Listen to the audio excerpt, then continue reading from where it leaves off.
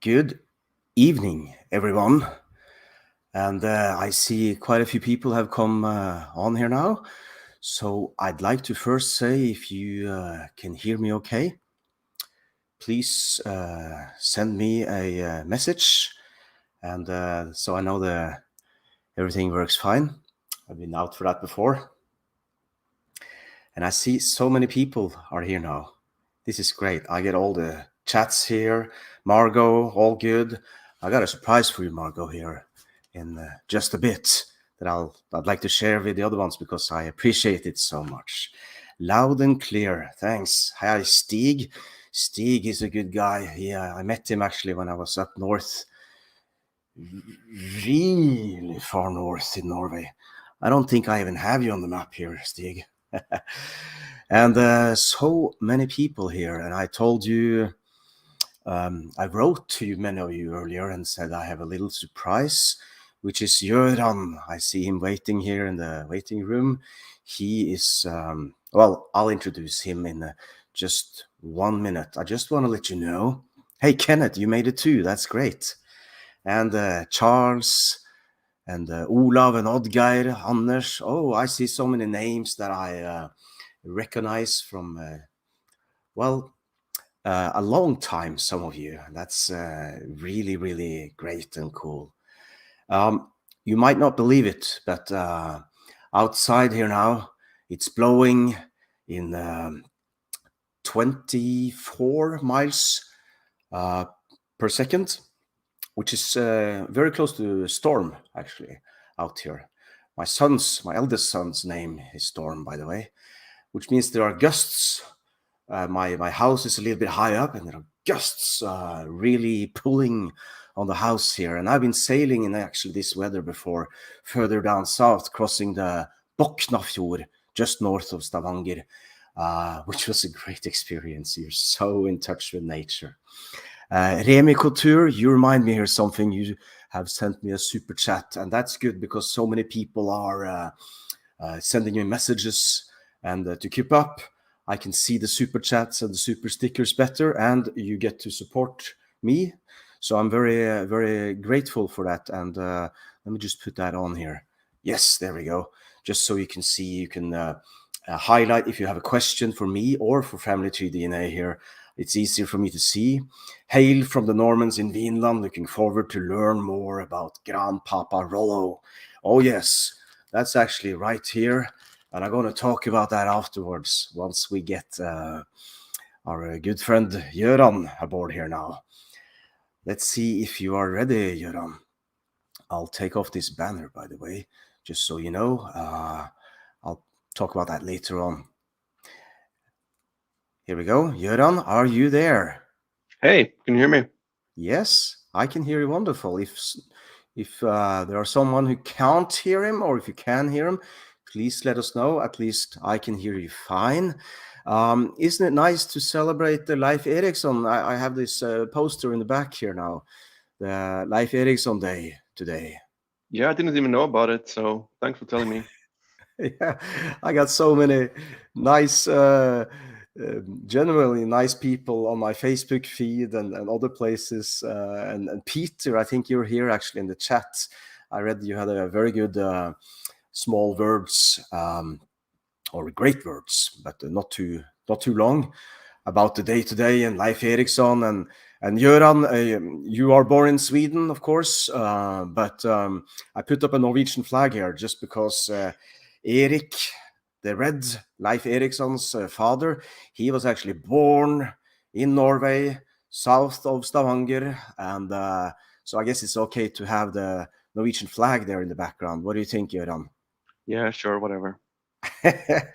And for those of you who don't know, Swedes and Norwegians and sometimes Danes, but Danes also, we love to pick on each other, but it's all nice and mutual fun.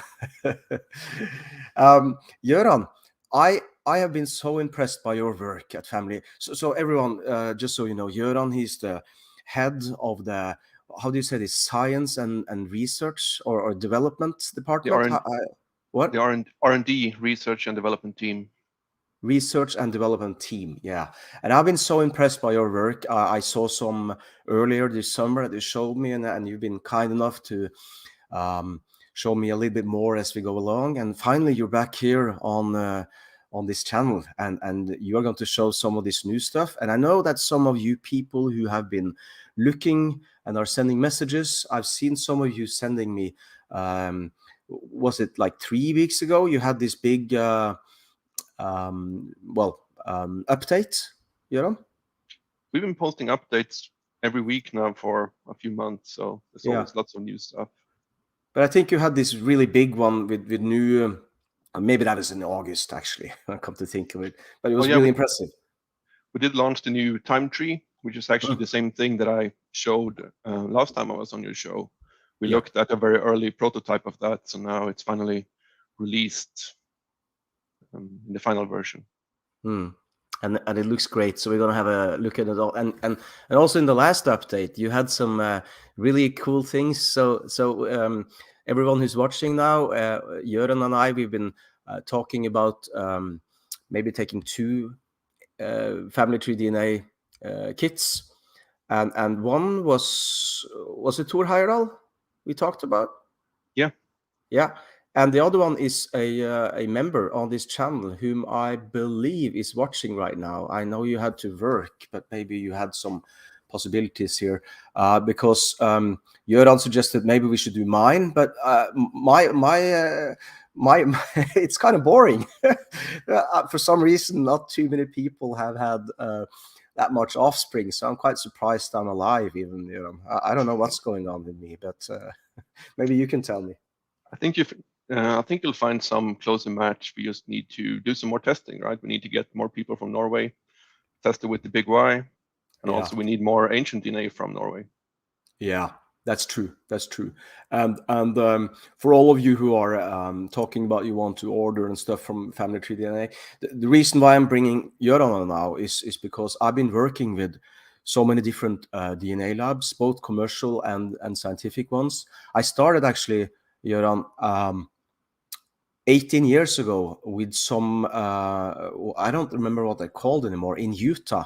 They were quite big 18 years ago. So Norwegian Americans, actually. And then I continued with some English who only did empty DNA. That was kind of boring. And then I started working with Spencer Wells, who had the genographic project at National Geographic. But that's a long time ago that they got... they stopped with that. I see Spencer is posting a lot of interesting stuff still on his Facebook feed. And I've been thinking about other, I mean, Göran and I, we share a lot of the same interests, and the new studies that come out, I really enjoy that you send me your thoughts, and I'm very much into it also. And every week now, Göran, so much new stuff is coming out. Isn't it great this year, 2022? Yeah, it's an awesome time for ancient DNA for sure.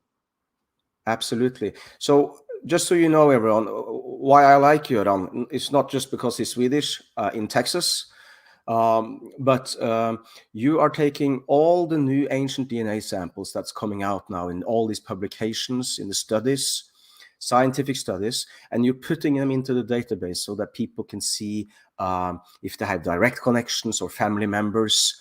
And that's what we're going to look at now, right? Yeah. Yeah. I'm looking forward to that. And there's... So would you like to start? Sure. So there's some new, I can just mention a few new studies that's been coming out just the last few weeks. So there's the big Anglo-Saxon migration study, lots of samples from Europe, Central Europe and England. And then the Southern Arc paper is not a big one. And that right now, yesterday, the data was released for this new Greek paper. It's a Greek army in Sicily. So that's another cool one that we'll add in the next few weeks. Can I just add that? I haven't read through the whole paper, but these are mercenary armies 2,500 years ago, about, just very simple. And it turns out that they have a lot of mercenaries from all around, even Northern Europe. I saw there was one person there who was both blonde and blue-eyed from the north of Europe, because they do isotope analysis so they can see where they're born, and they're not born where they were buried, right? So it's really, really cool to see that mass burials, right? Yeah. So yeah, this is great. And I'm going to give you the screen now because just to all of you who are watching now, we're not going to spend more than like 10 minutes or something on this. But you're going to start with Tor Heyerdahl, is it right? Or James? I think we'll start with James. Okay, that sounds great. I'll put up the, let's see if I can, here you are. Now, nobody can see me, everyone can see you. So if you want to share your screen, you can go ahead. Can you see my screen now? Yes. Well, not the screen. Oh yeah, I have to, just a second. I'll do this. Oh, here we are. And I can do a full screen of that. Okay, so now we can't see you, but we can see your screen, Göran, and you can please continue. Perfect. So this is the new Discover pages, a new section on the FunMachina website, but it's publicly available, so anyone can take. You can take your haplogroup if you know your Y-DNA haplogroup, and put it in here to get to these new reports that we have built. So this is what we worked on in the last year since I was on this show last time. So here we're looking at James haplogroup FT4646. And I noticed something cool, that he actually traced his ancestry, his paternal line, back 1,000 years to an ancestor who was born year 960. So that's pretty impressive. I wish I could trace my ancestry back that far. Yeah, that's cool. So we see an overview here. It's him. James is the French guy here. And then, I don't know if you can see him. Do I need to zoom in a little bit, maybe? Yeah, just a little bit. Maybe that's better. Let's see. There we go. So this haplogroup is from around year 800. It's James and a guy from England. And we have a bunch of different features here. So there's a map where we see France and Britain. There's a new feature we added, which is notable connections, where we have haplogroups of famous people and families from all over the world. So by looking at James, we can see that his closest connection is Theo the pipe smoker, which is a personal favorite of mine, actually. It's a skeleton found in Switzerland. There we are. There's Leo, the pipe smoker. And a bunch of researchers in Germany are trying to identify him and find out who he actually was. And the cool thing is you can see on his teeth marks here that he smoked a clay pipe. So that's an ongoing project. The shared ancestor is estimated to live at 700 BCE. And then if you go back a bit further, we have Fernandus Botha, which is another cool one. It's actually the first prime minister of South Africa and the last president. No, the last prime minister is from that family. And a whole bunch of other fun ones. This is all some small fun facts. We have Jesse James. We also have a bunch of Mayflower descendants, Ernest Hemingway, the Romanovs, and Tutankhamun, if you go back really far. So wait, are these all part of James' extended family? If you go back far enough, so if you look at King Tut, you have to go back to, 17,000 BCE, so 19,000 years ago, to find that connection. I see. Okay, I see. So it's very far back, but just some fun facts. There's also a new migration map where you can see his line of R1b, which is the U106 line, going into Europe here. And here you can see all the ancient DNA. All these icons here is ancient DNA that we have found in this haplogroup. So you can get an idea of where this ancestor U106 existed in ancient times. Ancient connections is also new. Yeah. And this is where we add data on a weekly basis. Right now we have 2,600 samples, male samples uploaded, and we're adding thousands more, usually hundreds every week. So the closest one will be Pole Hill. This is one from the new Anglo-Saxon study. Yeah, that's just a few weeks ago. Yeah. And then here's an older one from the big Viking study in Skara. So both of these are have a shared ancestor within, go back to 700 BCE. If you go back a little bit further, you have Telemark, Norway. Yeah. Another Viking from the Viking study. And then going back further, we have Coppersvik. And even further, we have the Longobard study. So there's lots of interesting stuff there. And the next report is the time tree, which I showed the earlier prototype of in a previous call. So these are present day customers that you have at Family Tree DNA, right? And you see their nationalities there on the right, and then you have the timeline going left, so you see when and how they all are connected. But these dots that you have there are not everything in blue is theoreticized, right? It's not actual skeletons you have. No, these are all genetically inferred ancestors. We know that James and this English guy shares an ancestor who lived sometime around this time. That's something we can infer from comparing all these Y chromosomes. So on this view, we have all the modern testers.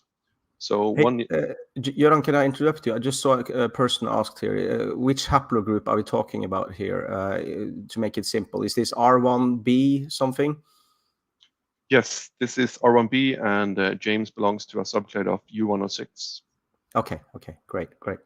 And this is his specific haplogroup, and here are his sibling and cousin haplogroups. So one nice trick that I like to do here on this view, you can change some of the settings. I like to take out the present day testers so that only his haplogroup shows. And then you can click here on the arrow to step back a little bit, and eventually you will run into the ancient DNA connections. So now you can see James' haplogroup and his connection to Theo the Pipe Smoker and to the Skara Viking and the Pole Hill Viking. And if we go back even further, you'll see the Telemark one showing up a bit further away. You can adjust the settings and so on a little bit. So that's really cool. Please continue, Göran. This is great. There are a few more features, so you can find projects. So there are thousands of different projects about different things, like different haplogroups or different surnames or different geographical locations that where you can join and compare your DNA to other people. So you have some recommendations for which project that might be relevant for you. And there's also some scientific details here on the screen. So that's a quick rundown of James' results on the new Discovery reports. So should we jump over to Heyerdahl? Yeah, let's do that. So Thor Heyerdahl, for those of you who don't know about Thor Heyerdahl, he was a Norwegian, quite famous explorer, more famous outside of Norway than inside of Norway. That saying, you'll never get famous in your own home country. That sort of was his life.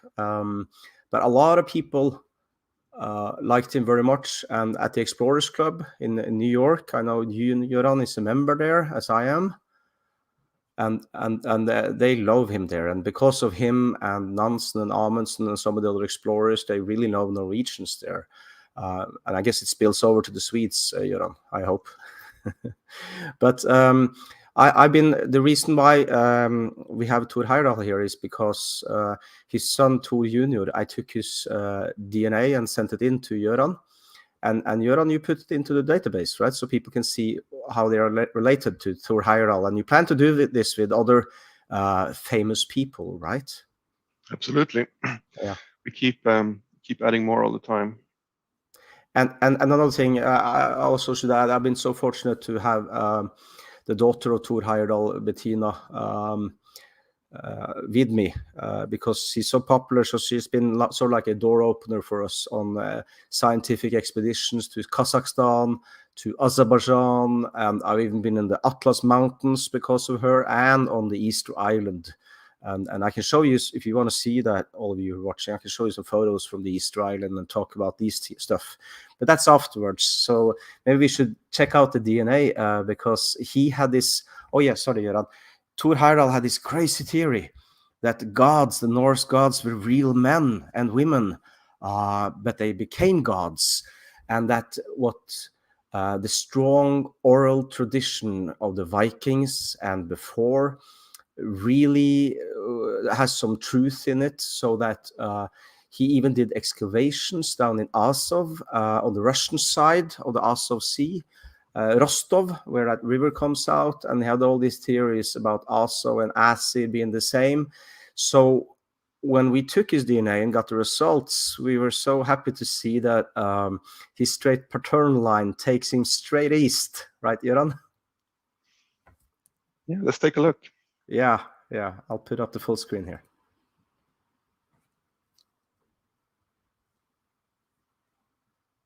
This is his estimated migration path. So he is in the other second most common P312, or actually that's the most common. Which is R1A, are you talking about, or R1B? It's R1B. Yeah, still, yeah, right. Then, yeah, you can see all his ancient cousins here, all around Europe, really. If we look at his notable connection, he shows up himself. So he's here, so anyone that is close to him on the tree will see him as a notable connection. He's also got some other interesting explorers like Buzz Aldrin and Neil Armstrong. So he's in a big, nice group there. And actually, Buzz Aldrin, I found that his Aldrin line goes back to Sweden. I always thought of him as a Swede, by the way. I don't know why. And then for his ancient connections, I think we looked at a few of these on the previous call. So we looked at his Icelandic connections, right? Yeah, that's true. The ancient connections, yeah, on Iceland. 3 there were, I think, if I remember right. Yeah, and that's still the same. And then the fourth one is actually from Italy. It's interesting. Really? So that's a new one that we didn't look at last time, right? I think so, yeah. It was from Granahel, the Granahel study last year. Cool. That's really cool. What else do we have here? Yeah, please go ahead. Yeah, I was just going to say, if anyone has some questions for Göran, we're not going to spend too much time, but please write them in in the comments, and we can see if we can pick them out. But yeah, please continue with the Thor Heyerdahl, Göran.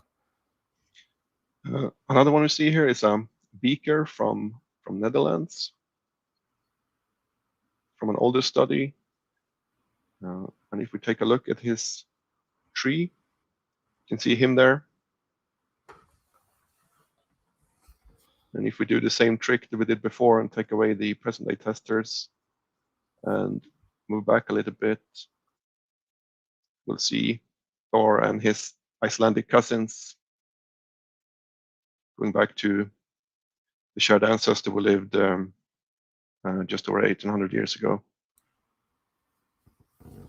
And this Italian sample, do you see that also further down, or? Yeah, we have to keep going back a little bit, right, for it to show up. So let's keep going. So you can tell it's much further back, that connection. Cool. There we go. And now he matches a whole bunch of ancient samples in P312. Huh. All right, that's great. So yeah, that's about it. And we had a couple of questions. Maybe we should finish off with that before we move on in this live stream. I'm very happy that you were able to show us this. And I was thinking, there was Karsten. he wrote me that he's I1, but he has only one connection going back to the Bronze Age, and that can be quite peculiar with the I1s. I have something similar, and I'm not going to ask you right out if you know I1 FT64521. I'm sure you're into way too much, but that's kind of peculiar. It seems, is this bottleneck that we see, that very few people have apparently survived in the early Bronze Age or before? Yeah, sure. Without knowing anything about it, so is the question: is he alone on that branch? Is he the only tester? Yeah, it seemed like it, that he was alone in that branch. That's what he wrote here in the comments I saw. So I thought it was kind of interesting. Yeah. Yeah, and you're in the same situation, right? You're very much on a lone branch, and it happens. Sometimes you're the first to test, and there's most likely there's more. You just haven't tested yet. That's true. That's true. And there was one person who asked about the JF Kennedy here, because he looks pretty northern. But JF Kennedy, he was both a Catholic but had Irish descendants, or ancestry, I mean, on both his sides. But I know his maternal grandfather was a Fitzgerald, and all the Fitz, which means son of Gerald. That's a Norman name, right? And so they were the ones who were probably Old English, becoming more Irish than the Irish themselves. But it's quite interesting. You do find a lot of Viking connections in both Ireland and Scotland. I even made a YouTube video about that. Yeah. Should we look at those couple of questions we had? Would you like that, Göran? Because there was one question about the empty DNA, that there was this person who had a Y haplogroup, R1b, I think, and then empty DNA T2E2, and his question was, he wondered if when we find a person in family tree DNA here that has the same, does it mean it's a distant uncle or brother on your mother's family line? Well, so if you're on empty DNA match, or if you have the same empty DNA haplogroup, it means that you share a common ancestor on your straight maternal line. So it will be a common great grandmother. Right. Yeah. So if you go far enough back, right?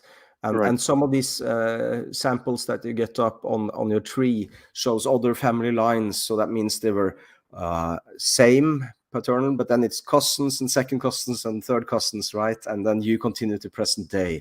So it's not sure if some of these ancient DNA samples, of course, have survived until present day. Right. Yeah. But I did look for T2E1, and we haven't done a deep dive yet. It's something we hope to do next after this Y-DNA reporting. We want to do the same for mDNA, because there's at least twice the amount of ancient DNA if you count men and women. Yeah. So that's a nice thing for the future. And I did see T2E1 is in a couple of samples. So it's in Tunga from Iceland, Salme from Estonia, and new sample from the Gretzinger Anglo-Saxon study in Norton in England, and also in Bray Cave in Gibraltar. So there's at least 4 ancient DNA connections to T2E1. That's pretty cool. I just wanted to ask you here. There's a person. Many people have written to me on this channel with this Dupuytren's disease. Do you know something about that? Because it's a gene, right? But is that possible? Something you could use, because this was we call it a Viking disease, but we know a lot of Vikings had this, and like this guy has problems typing, even. Right. What do you think about that, or Göran? Do you have some thoughts on that? I haven't looked into it much. I think it's interesting, but I don't have anything to add about it. Me neither, except it's a pain, of course, and I totally understand that. And I mean, there are some things that are part of selection in terms of phenotypes, or natural selection, I mean. And then you have some things like redheads, who is not natural selection, it's genetic drift. And which means they are supposed to die out, this one gene or the few genes that there are, but for some reason they survive through the generations, right? And maybe even spread sometimes. So that's kind of weird as well. Yeah. So Göran, if you have anything to add, I'd sure appreciate it. Or else I'd like to say thank you for dropping in by. And I have a program here for everyone else who's watching at the moment. Perfect. No, I think I'll drop out. But if you have any follow-up questions, I can answer them and answer them later. You can post them in the. Sure, I can do chat. that. I can do that. Yeah. I see some people, many people are writing here. Yeah. And so I see other people have this Viking disease. Yeah, that's a challenge, of course. Well, thanks, Göran. And I wish you a good Sunday in Texas, where you are right now. And we'll continue this broadcast now with other guests coming in later on. Thanks, Sturla. Have fun. Yeah. Thanks. Take care. All right. So I hope that was somewhat interesting. I like Göran very much. He's very dedicated to and very curious as a person. And I kind of like that in him and the way he works, trying to constantly improve the experience, I guess. And I see a lot of people here, Zacharias, that's a difficult name. See you around Göran, cheers, and Kenneth and Chakal and Handsome Billy. And that's great. I have a lot of people who have written to me here, and I just wanted to comment here on the Fitz. I said Fitz. It's just like on the Balkans and in Russian territories, all that Ivanov. This, in the end there at the surname means son of. Just like a lot of Norwegians still, but mostly Swedes actually, with Andersson, Mr. Anderson. Everyone who has that SON in the end are, of course, sons of. And that's a Germanic tradition of putting where you belong to. And of course, the clans in Ireland and Scotland, a lot of them have the same. And the Normans had Fitzgerald and Fitzpatrick and all of this. So it's recognizable in the places where you have a primogeniture, as it's called, where the son inherits from the father. That's where you have the naming tradition also. And normally, if there's not too much adultery going through the generations, we should have the same genetic line going back also. And we know that a lot of the Normans who settled in Ireland, they were Catholics. And in the 16th century, when a new era started in England, a lot of these old English who were Catholics joined in against the English, actually. And we know from sources in the Viking Age that the Vikings, especially those who came down from the north, which I've tried to explain many times, this is a highway. The ocean is not a barrier. It's a highway going, that's Thor Heyerdahl's words, by the way. Going straight down here, I've sailed here from outside of here. And you start in the morning where I am, and the next afternoon you're in Leirvik in Shetland, and Orkney, and then down in the Irish Sea. It's really, really easy to sail once you have the forecast good. It's not like today, maybe, because right now it's blowing so much in my house here now, so it's crazy. 24, not miles per hour, but meters per second. Yeah, and James, you say the Thor haplogroup, should we call it the Odin haplogroup? I don't know, man. That's a cool suggestion. Yeah. And my plan is now for us to talk a little bit about the Viking Age, and then we can move further back in time if any of you have questions for that.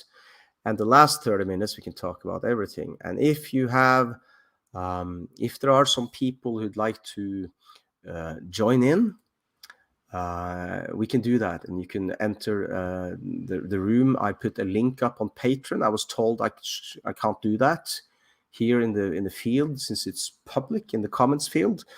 So you can find a link there for all the patrons who would like to join in. I see I have one in the waiting room, Sarah. I'd like to bring you in a bit when we do that section with the guests coming in.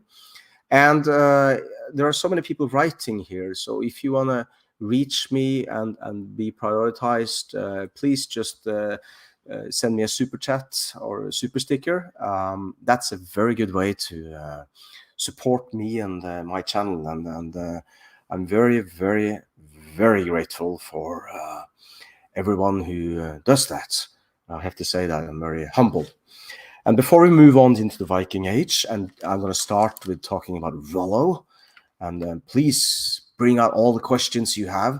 I will show you some photos also from our excavation in Normandy. That's the first thing we're going to go to after I show this really, really cute surprise. Do you see this? This is from, let's see here now. I'll just do this so I can see the comments here. This is from Margot. Thank you. For my birthday, I received this beautiful card, because look what happens when I open up this. Have you seen something beautiful as this, huh? And you didn't write on the inside there. Now it was a very cute card saying I'm one step closer to Valhalla. But anyways, it was a birthday greeting. I appreciate that. And this is just so great and fine and wonderful. Poplifecards.com. Well, I mean, this was a great gift. I was very filled with humility and gratefulness for receiving a gift like this. It didn't get lost in the mail, and I wanted to mention this before, but then I thought, Margot, that I should do it in a podcast and a live stream, so I can not podcast, live stream, so we can talk about this and share it with this Viking clan, which has followed me for such a long time. A lot of you, I'm so grateful for that. I'm making some sounds here now, but that's just because I'm showing you. We'll start out with Rollo. Is that okay? And this is from the DNA lab and from the skeleton lab where I was involved with last year before I was cancelled, actually. And here we have the. Can you see that? There we go. Richard the first and Richard the second. And this was one tomb that we opened in a really old cathedral, which now is a well, it's a beautiful place, and I can show you that. And if you have questions now for about Rollo, we'll go on with Rollo now for the next few minutes. So Shakalen, you're saying, was it Danish or Norwegian? You see, that's the whole discourse, the debate, and it's been going hard between the Danish and Norwegian scholars since the 19th century, competing. They want to have that Gange Rolf in Norway, who came from, well, this area. He's actually in my family in our genealogy. I saw one person wrote a question here: how far back can we go with our genealogy in Norway? Well, because of this primogeniture, which means that a lot of farmers only gave their farms to their eldest son only, and the other ones have to make a name for themselves, just like the Normans. We can trace our family lines really, really far back, and to testify, to get inheritance in court 5-6 centuries ago, you had to remember or name your family going back at least 5 and sometimes 7 generations. That's kind of far. So they had strong oral traditions before. And the problem is with the Reformation in the 1530s, different years around in Europe, which was a great. A lot of Norwegians went from Catholicism over to Protestantism, just like in most of Northern Europe. A lot of wars came out, of course, because of that. And in Norway, it was more or less a grab for real estate, because they could take away a lot of the church property and put it under the crown, which coincidentally was the Danish crown at the time. And they burned all the church books, man. So if you want to go further back in your Norwegian heritage, in your genealogy, than the early 16th century, you have to be connected to some kind of nobility. And that's not all that many people who can, but everywhere along the coast and different places in Norway, we do have a lot of ancestry who were nobles. I mean, some of these family names. And if you could just connect yourself to them, you had a pretty good chance of coming back to the Viking Age. And then you had all the Viking kings. I think I have 7 family lines like that in my family, going straight back. Most on Sunnmøre, which is just north of here, where they swim like this because they're good with money. Just like they say about the Scottish, I've heard. And just checking out some questions here now, if there are any.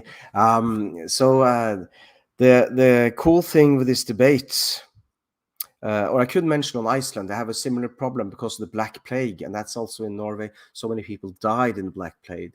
And in Sweden, you have this big project where in Iceland, all the Icelanders are in one database now together. It's called decode.is. It's really cool. You can check out how you're related with the prime minister or something like that, at least when it was public. And they use it for cancer research because Iceland being an island, it's pretty good to do that.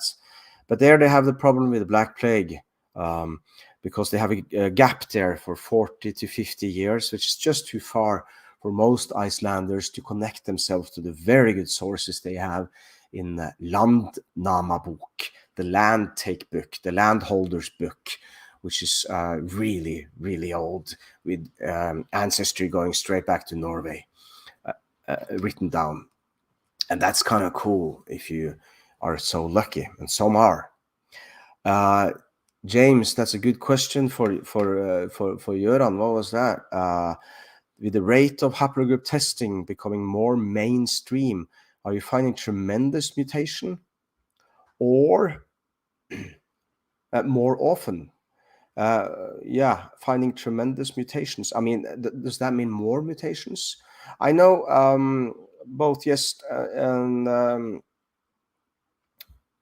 let's see. For some reason, Andriksen, your comment there was didn't go through the censorship, but I put it through now. Excuse me. I have some merchandise actually. Viking Stories. I hope it's okay to show this, but some people, I think it should be a link down if you want to check out some of the hoods or caps or whatever they have. I know this thing about mutations is peculiar, because on Iceland there's been some studies that saying, since it's such a small population on one isolated island, there's been far more mutations who have survived and continued than it would be in a so-called healthy population, larger population with migration and stuff like that. So it turns out a lot of the DNA of Icelanders have changed so much that this Icelandic geneticist, she got pretty infamous on Iceland for saying that even Danish and Norwegians of present day are more Viking than modern Icelanders, which didn't go well, of course. And also you find a lot more mutations among people in Africa, actually, for some reason. There have been a lot more mutations growing up, or surviving, I mean. And I think the reason has to do maybe with the way evolution has worked in Europe and Northern Europe, which has to do with the warriors. I mean, the Yamnaya, the Indo-European tribes who established a clan society and a whole new way of, I almost said breeding there, but the way evolution has worked in Europe since the early Bronze Age. So that's something we can discuss. I hope, James, that answered your question somewhat. And Blackmaster Roshi, favorite metal bands. Yeah, that's in the last 30 minutes we can talk about anything.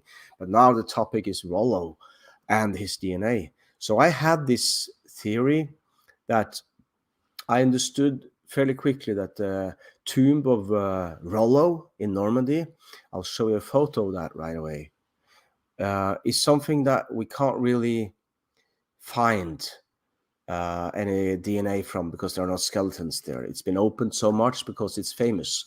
And it also goes for his son, but his grandson and his great-grandson were the Dukes, Richard and the first and Richard II.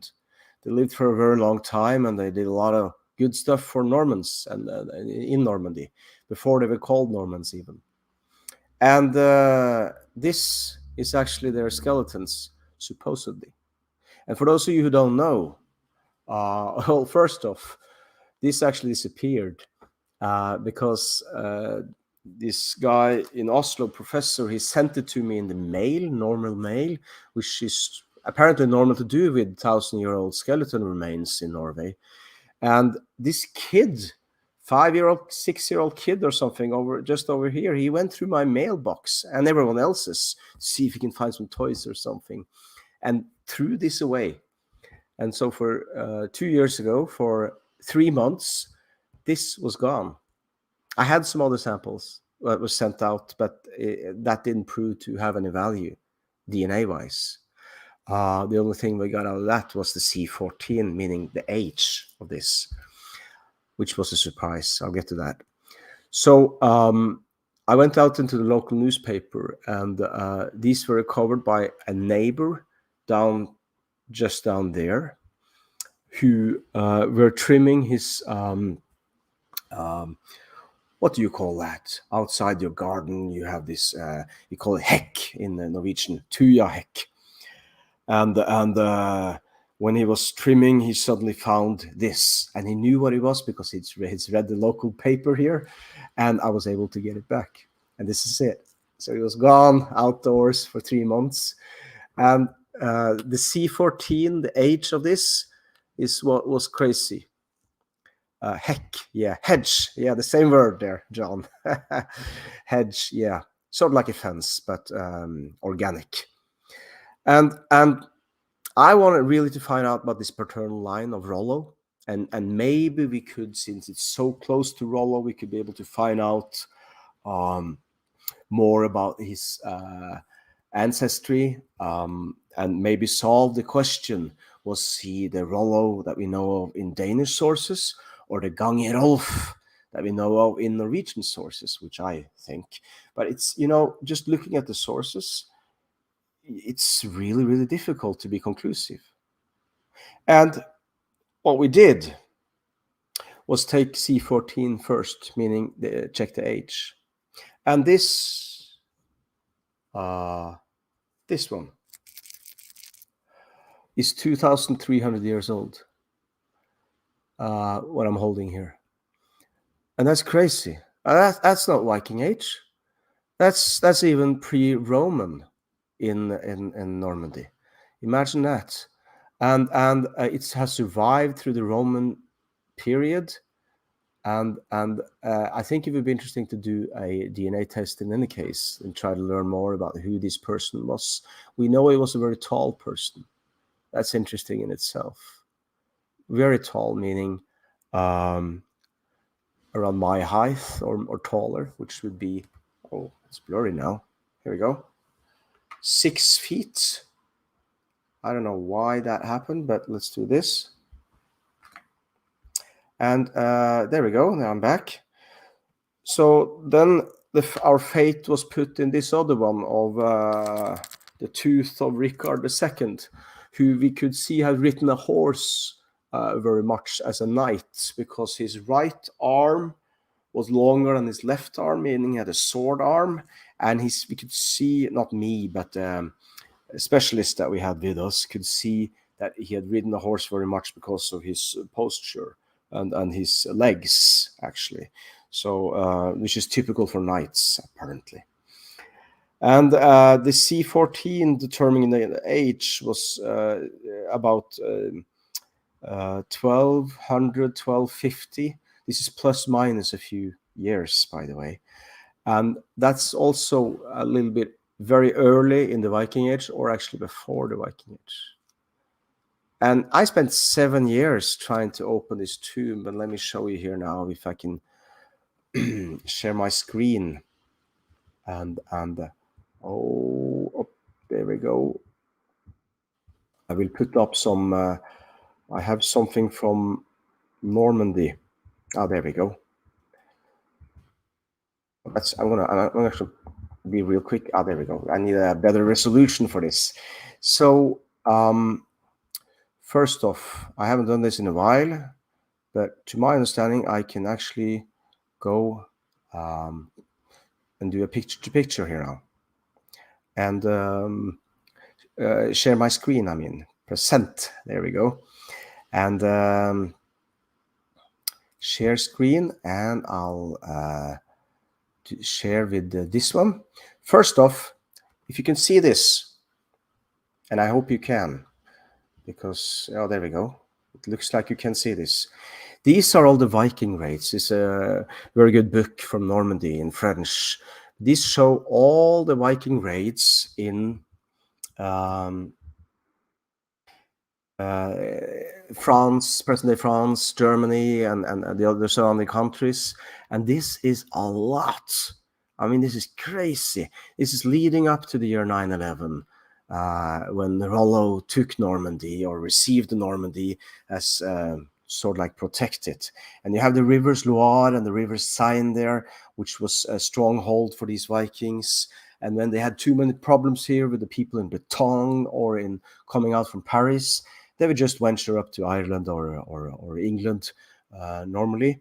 And let me just share this other some photos from the actual. There we go. This is in Fécamp, and I'll do this so it's easier to see it. Here we go. This is in Normandy in Fécamp.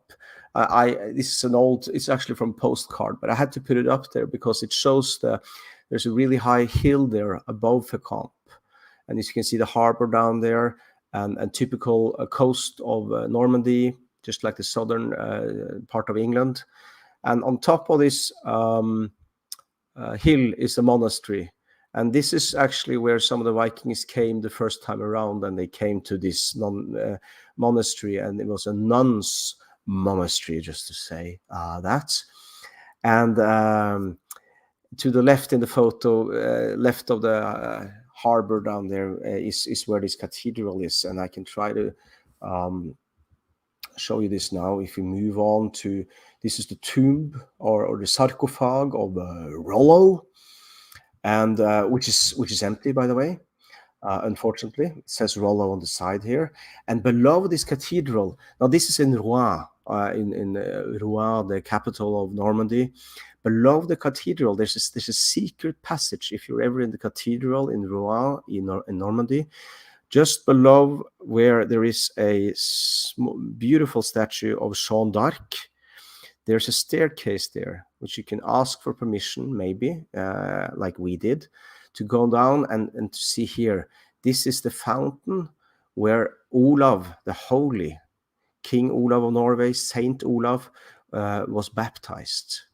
And here's a plaquette they put up on the wall 8 years ago. The Norwegian government did that. That's kind of cool, isn't it? And here, if we can all, let me double check now. Yeah. Here we can see this tomb, the great. I mean, I hope this is interesting. Yeah, that's cool, Alessio. Hey, Alessio, good to see you.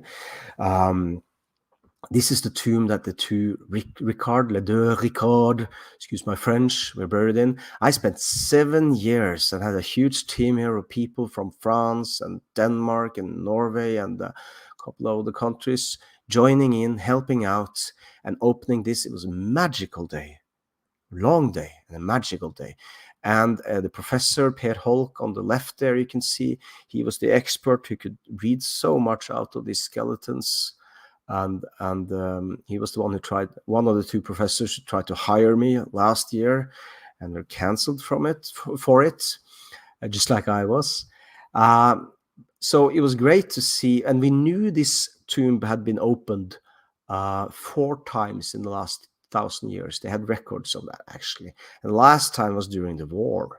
So the question was, had we found something or not from this, or had we had anything been changed in the years? And the problem was the skeletons had been put, the last time they opened it, they had put it in lead boxes, which is horrible for conservation in terms of DNA. How do you say that? Well, to take DNA out of the skeletons. So that was kind of difficult. And it turned out, let me join you back here now. It turned out that it was called a skeleton shock. If you Google that, skeleton shock and Rollo, you can read the article. And the reason why I wanted to talk about Rollo now is I see on this YouTube channel, a lot of people have been viewing that one update I had when I was in Denmark at the DNA lab there to hand in this DNA. And they weren't able to extract DNA from the samples. And that's when we found out anyways about the C14. Because of these lead boxes, that the 2 lead boxes that we had, that the skeletons were stored in, it was so difficult for us to extract DNA.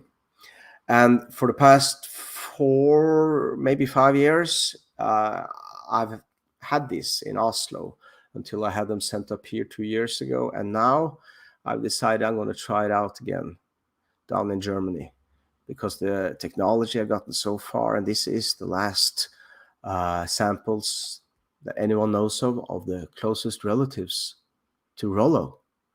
And maybe even we can do an update on family tree DNA. Wouldn't that be cool? So people can see if they're related to Rollo or not. And then we can see who today at family tree DNA are closest related to these samples, or at least the one who's not 2,300 years old. And that could give us an indication, a strong indication, if a lot of modern people in Norway, for example, are related to this sample, and not so many in Denmark. Hey, Rollo is Gangerov, just like in the TV show Vikings, although not like they portrayed it. So what do you think about that? And if you have a comment on that, oh man, there's a lot of comments here. I've just been talking here now, but I hope that was okay to give you an update on Rollo, and I'll try to update a little bit. Are the burial remains misidentified, Margot? Well, yeah, the conclusion with the museum people and the archaeologists who are French and working there is that they have not been so careful which skeletons they put in there. The relics were not really religious relics, or maybe they were switched since they were dukes, and they found some other newer relics. But this is not new, so it couldn't have been that either. So it's kind of peculiar. But if you do get some DNA, I hope we can get some answers about that. Yeah. And Rollo was a Jotun. I'm going to talk about that later on if you wanna. And sure, he was tall, really tall, a giant, like my great grandfather and like you, James, I see here. So yeah, giant in the Roman sense, at least. And that's really, really cool and peculiar, I find. And anyways, now, oh yeah, and why is Rollo tombs empty? Dead cow bounds, nice to see here. Do they know what happened to this body? Well, you see, they've been having, they've rebuilt the cathedral a few times over the past 1,000 years. That's the 2 times that it's been opened before the war. And that's when probably this has happened. They just sort of like found a lot of skeletons and put them here and there. And in the war, that's when they put in lead boxes, right? So it could have been just mixed together. And this was, not very fortunate, I would say. I would say. And Rollo's tomb, why it was empty, I think it was more important for the tomb than the skeletons to these people, just because there's a lot of in the 19th century, we see that here in Norway also, the archaeologists and the conservation people who work with conservation, they didn't think that it was any use for skeletons. They didn't know about DNA, of course, or that they can read a lot of about what they ate, for example, or if they were born in another place, then they lived just based on the strontium isotope analysis. It's got all this technology, so that's why a lot of skeleton remains have been, well, it's been difficult, basically, yeah, and Mutzeputze, you say Karl Martell, Karl the Hammer, and the Carolingians, and also the Merovingians I'm curious about. Yeah, they haven't done a lot of DNA on them, and I'd like to do something on Charlemagne, which is still lying in Aachen, in the great cathedral there, where he was crowned Holy German Roman Emperor in the year 800. That would be really cool. So yeah, I hope you can do that. And Alessio, you ask here something about the skeleton that was found in Sicily, because you are in Sicily, and you were even a guest in my YouTube video from Sicily there. Nice to see her again. And this is DNA. Yeah, I can say for you, let's see here now. I can even show a photo from Sicily for those of you who wonder, because these were Normans as well. So a lot of Normans went into England, of course, these descendants of Rollo, but also others. And let's see here now if I can go. I did make a sort of like preparation for you here. And if I can be so lucky to see, here we go. Yes, I found it here now. So I'm going to show you a photo here now from Sicily, from this church. So there's this Polish archaeologist he's a lot on Sicily. And I heard about him a few years back because he found he called them the Hulk skeletons, or some journalists did anyway. Hulk skeletons, and you think, that's like really, really tall skeletons, giants. But of course, compared to the other skeletons they found and the present day population of some southern Italians are not that tall, it was huge. And I heard rumors about 2 meters or something like that. And I had coincidentally Per Holk with me. Can you see this now? I hope you can. This is a church which was built after a great battle where the Norman soldiers, Roger the First, with a small force, defeated a huge local force of Arabs and other people who were mercenaries probably also. But they were knights, man, and just a few years before they had 150 knights and 130 foot soldiers had killed. They faced more than 30,000 people, and they routed them with their knights driving in 2 piles, which is crazy. And killed so many tens of thousands of people because they wanted to retake Sicily. And this church was erected. You see Palermo in the far back there, and here you see inside the church. This is where we found the skeletons, by the way.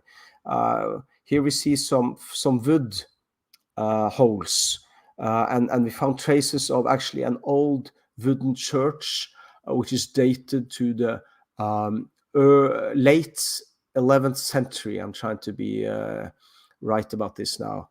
So they had a wooden church put up just after this victory when they retook Sicily, meaning that was around 1090 or 92 or something. They took the whole of Sicily, but I think it was some time before they took this area. And they had a stronghold up in the high mountains of this volcano on Sicily, which is a really peculiar place. That's where this huge battle was, where they met so many people, but they had the advantage of terrain in addition. And when they spread panic in this way, they were able to continue slaughtering and chasing these people up in the hills all night, and probably the next day as well. And the reason why I'm talking about this is because Alessio asked about these skeletons. Yes, I have connected them with the German DNA lab and these really good geneticists who are doing research in Italy. He's a rising star as a geneticist, and he's Italian in addition. And hopefully we'll know more about it. But we visited the very, very elegant and sincere Polish archaeologist, and we looked on these skeletons and the longest thigh bone, and we saw that it probably wasn't 2 meters, but between 180 and 190 centimeters, meaning much more than 6 feet, which is huge, of course, for that time, and was buried in Norman burial with sword and everything. So that's going to be really cool, Alessio, and all you others, to check out more about the Normans in Sicily, and for sure it's going to turn up on family tree and DNA, so you can compare with your own and other places, of course. Remy Couture, you have been so nice to send me a oh, I have to find you back here now, super chat, which means I am able to see you much more easier to answer questions. And we're talking now about the Vikings and Viking Age for a few more minutes before moving further back into time. In the last 30 minutes, we'll talk about anything, and I'll bring people like Sarah, you're waiting there, and you can come on to this channel. On my Patreon channel, I put up a link there if you want to go into the waiting room there, and we'll see if it's possible. That's Viking Stories /Patreon. I'll put up that link so you can see it. Remy, you have shown here for hundreds of years still high amounts of Danish autosomal DNA. Norman for 100. Oh yeah, right. Rollo settled in the same region my family came from, so maybe Danish, and that's kind of cool to think of. And you know, I'm open for this. We had this famous Norwegian philosopher in Norway, famous only in Norway. Well, he was famous in the ecology movement internationally, Arne Næss Senior, and I knew him personally. And he always told people, you know, science is only temporary. You know, meaning you have all these theories, you know, and you think about, oh, Rollo must be Norwegian, they point towards that. And if you find out something new, well, we should realign or change our views and then continue moving forward. But Remy, I have to tell you, for some reason that doesn't always happen. People are more likely to cancel people who disagree with them, like I have experienced, which is not really nice at all. Yeah. And I talked with this other historian, Peter Hedder, about this, because he's battling a lot with this Toronto school in Canada, and they're so woke that they have this, even though the theory, if ideas moved or people moved with ideas, have been settled for a long time, they still refuse to do that. And I'm going to hold a talk in about 2 weeks in Trondheim at the university there. And I hope to see at least one of you are on the stream there then, because I know you study there. And even there, and I studied there, even there's a professor, or it's not even professor, but he works there, who's so into this Toronto school that he hates Peter Hedder, so he refuses his students to use his name or write him. It's just like when I took my master's degree there. You can't write about Vikings because it's better to write about poor people today than write things. It's irrelevant. And you can't write about trade because that's capitalism. It's so ideologically sensitive. And this was some years ago. Hey, Max, the Battle of Sorami. That's exactly right. That's the great battle that you should read about in the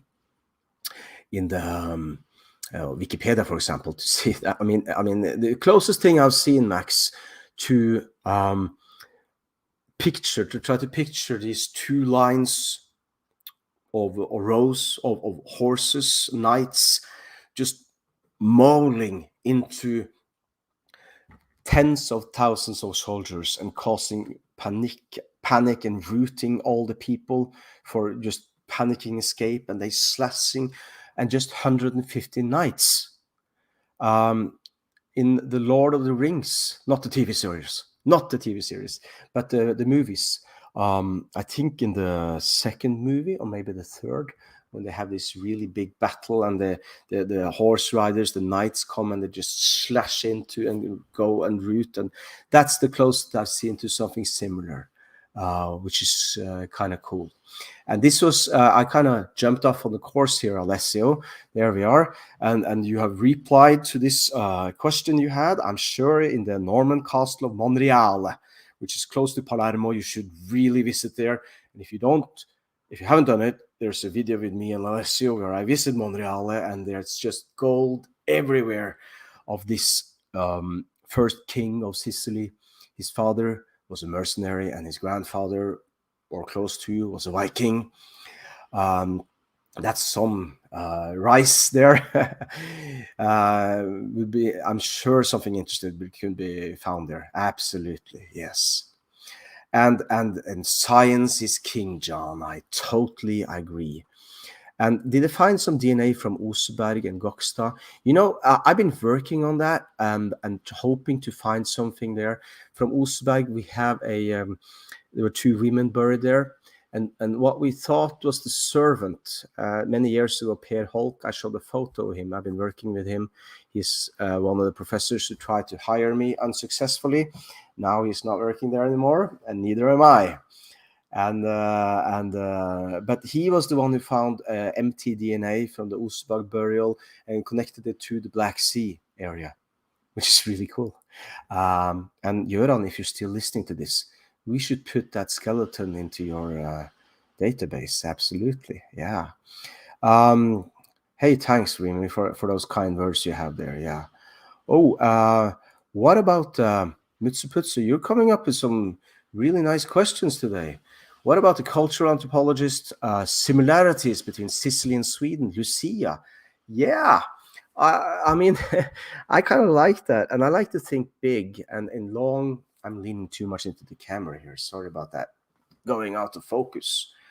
I really enjoy thinking big and fresh about that, and I've tried to do that in Norway even, which is, I'm getting to that in just a bit. But I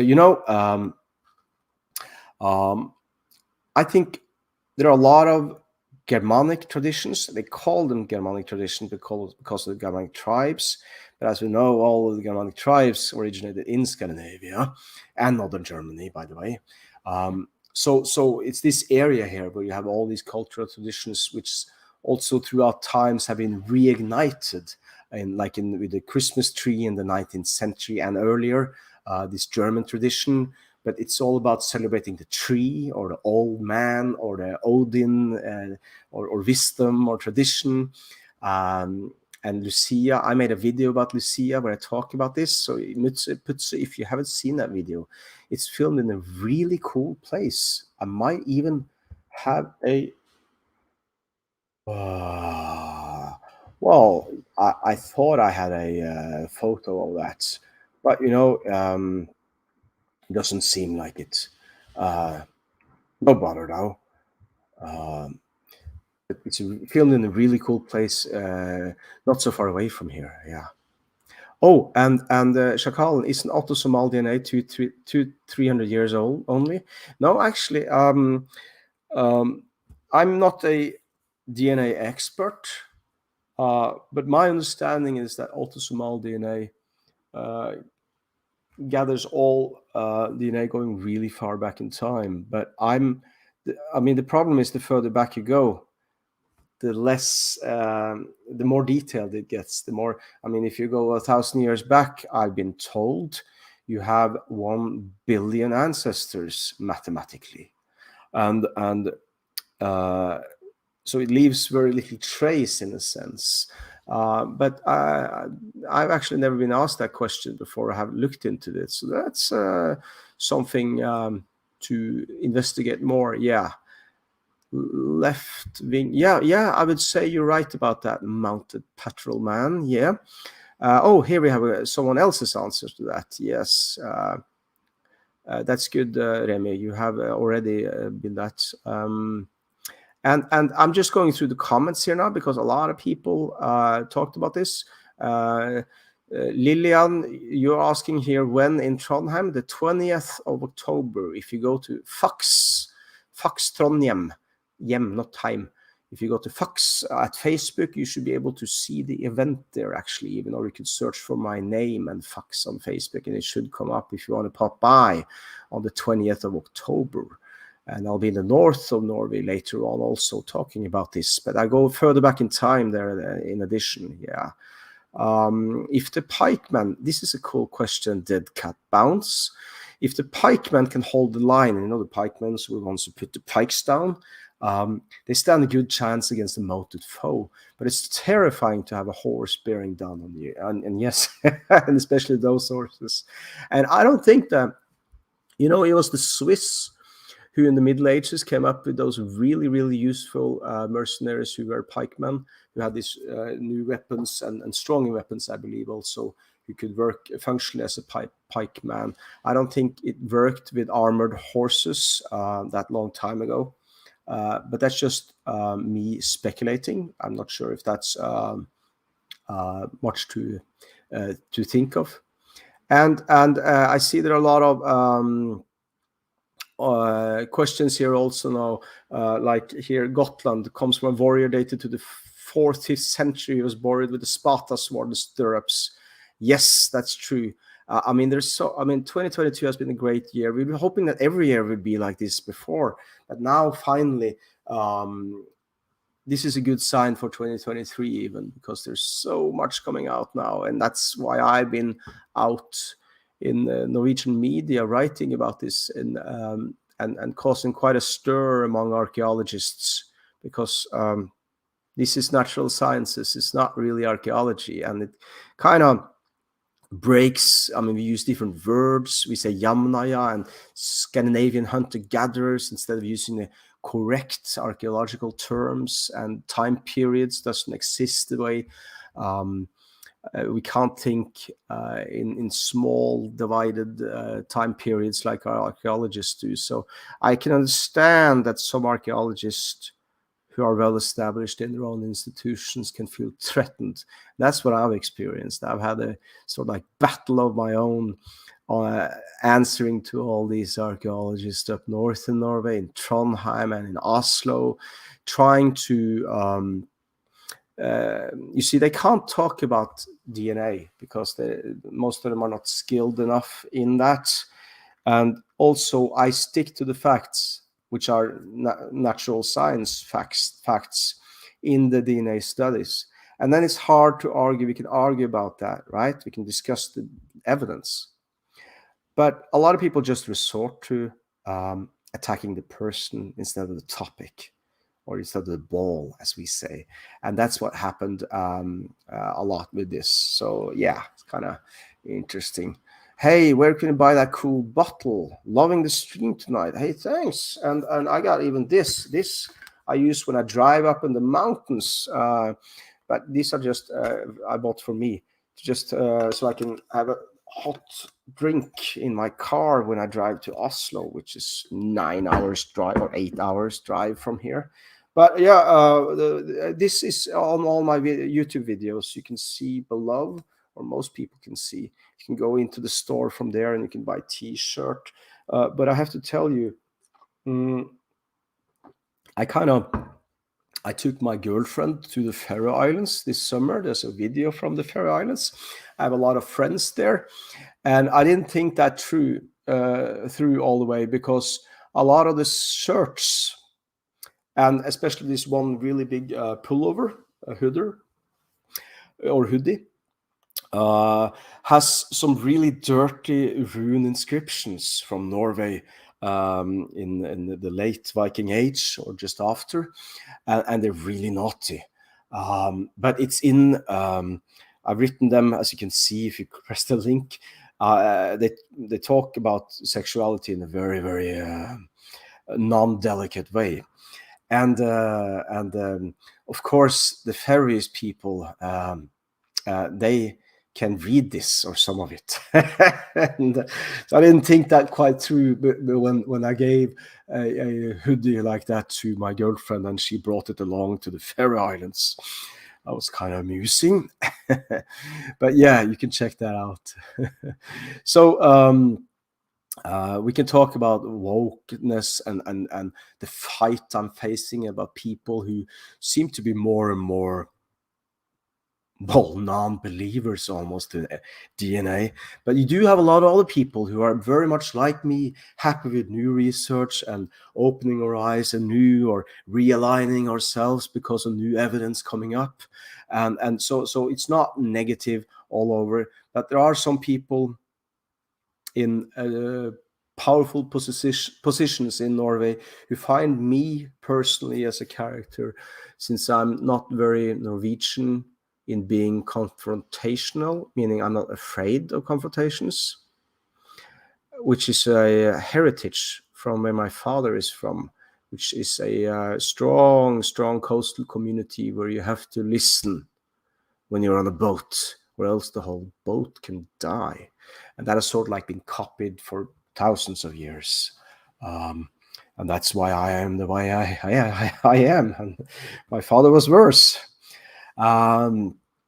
So yeah, maybe that's why. But you know, a lot of people, David, they think about working with skeletons and DNA and talking positively about the Viking Age, like one archaeologist told me. That's pretty close to being a, I don't know if I can say a Northern.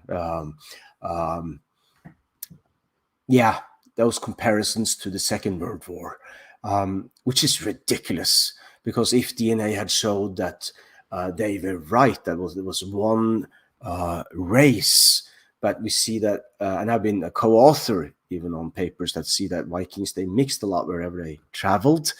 And they also consisted of both hunter-gatherers, who were two tribes or groups originally, and the warriors, and some farmers, and some from the north, the Finn, the Sami, you know, a lot of mix. So people shouldn't be afraid of this. Not at all, you know. And still some are. Kind of strange, right?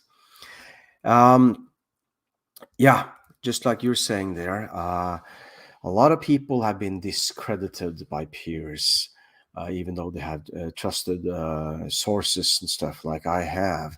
Yeah, that's kind of weird, but I think things are turning now. I mean, there's a tide turning now. Can you feel it?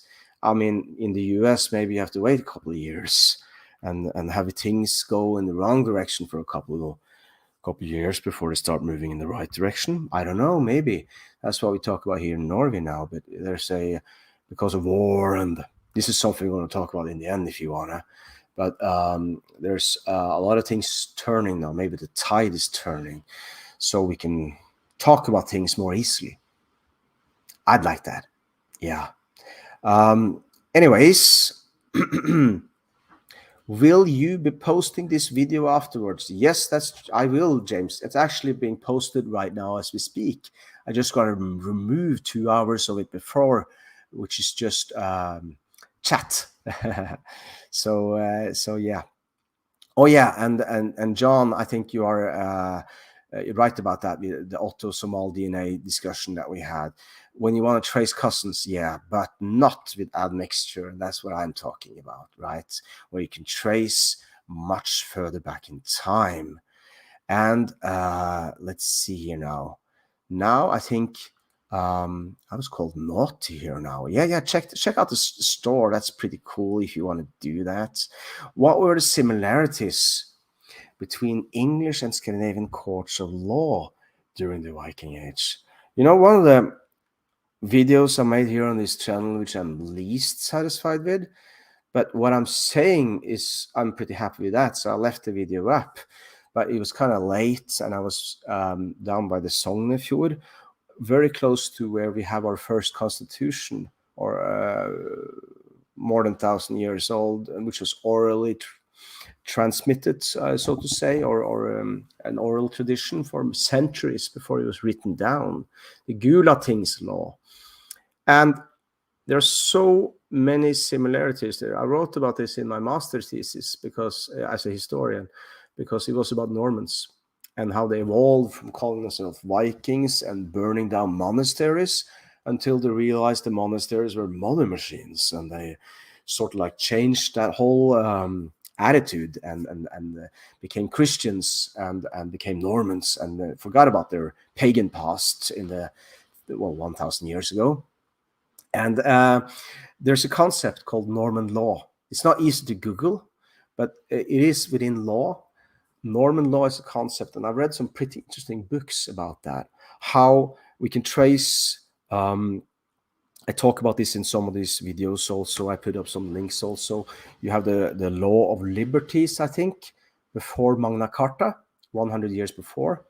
And then you have Magna Carta. And the whole principle is the same as on the Thing, which the Vikings and a lot of the Germanic tribes had, where every household, so if a man died, the woman could have one vote. Every household had one vote. Every free man had one vote at the Thing. And that gave the barons in Normandy a lot more power over the duke and eventually the king than they had in other places around in Europe at the time.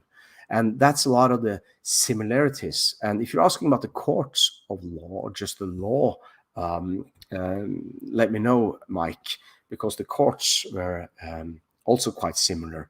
But the courts of law, I'm thinking here like the concept of Norman law. There's a red line going back through along the living document as the Magna Carta is. Back to the, I think, Charter of Liberties is what it's called. And there's another thing also that I mentioned in that video. And it goes back towards Scandinavia. And there's a question there, how much in pagan times can you go further back in time? Because we know now, archaeologists like Christian Christensen talk about it all the time, that the roots of the Viking Age and the clan society of the Viking Age was created in the Bronze Age. So things are going, I mean, we have to see things in a whole new way. And then suddenly you have, when you know how many mercenaries who went down in the Bronze Age, late Bronze Age, to Mycenaean Greece, ancient Greece, the Greece that Homer wrote about, Trojans and that kind of stuff. And even people traveled north because we have a lot of swords in Denmark, huge amount from Greece at that time. I mean, we're talking now 3,200 years ago, before the late Bronze Age collapse even. So you have that concept of the earliest concept of democracy. It kind of looks like the Germanic concept of democracy, the Ting system. And we can even speak about now, maybe in a few years, that we see the same roots. And we know people have mixed also even at that time. So yeah, I even mentioned this, that even Goliath, you know, David and Goliath, Johannes Krause did a study on the Philistines. He was a Philistine, excuse my language, but Philistine was the group of the tribe that Goliath belonged to, and they did a burial there from about the same time that he lived. And they find traces in the DNA of the skeletons in this cemetery in present-day Middle East to Europe, continental Europe. Not difficult to say where. And they mentioned Southern Europe and Northern. It's difficult. So it could be even that Goliath might have even had some ancestry in the north of Europe even. And that then it's short up to the giants of the north, the Jotuns, right? Yeah, that was kind of cool. So let's see if I can.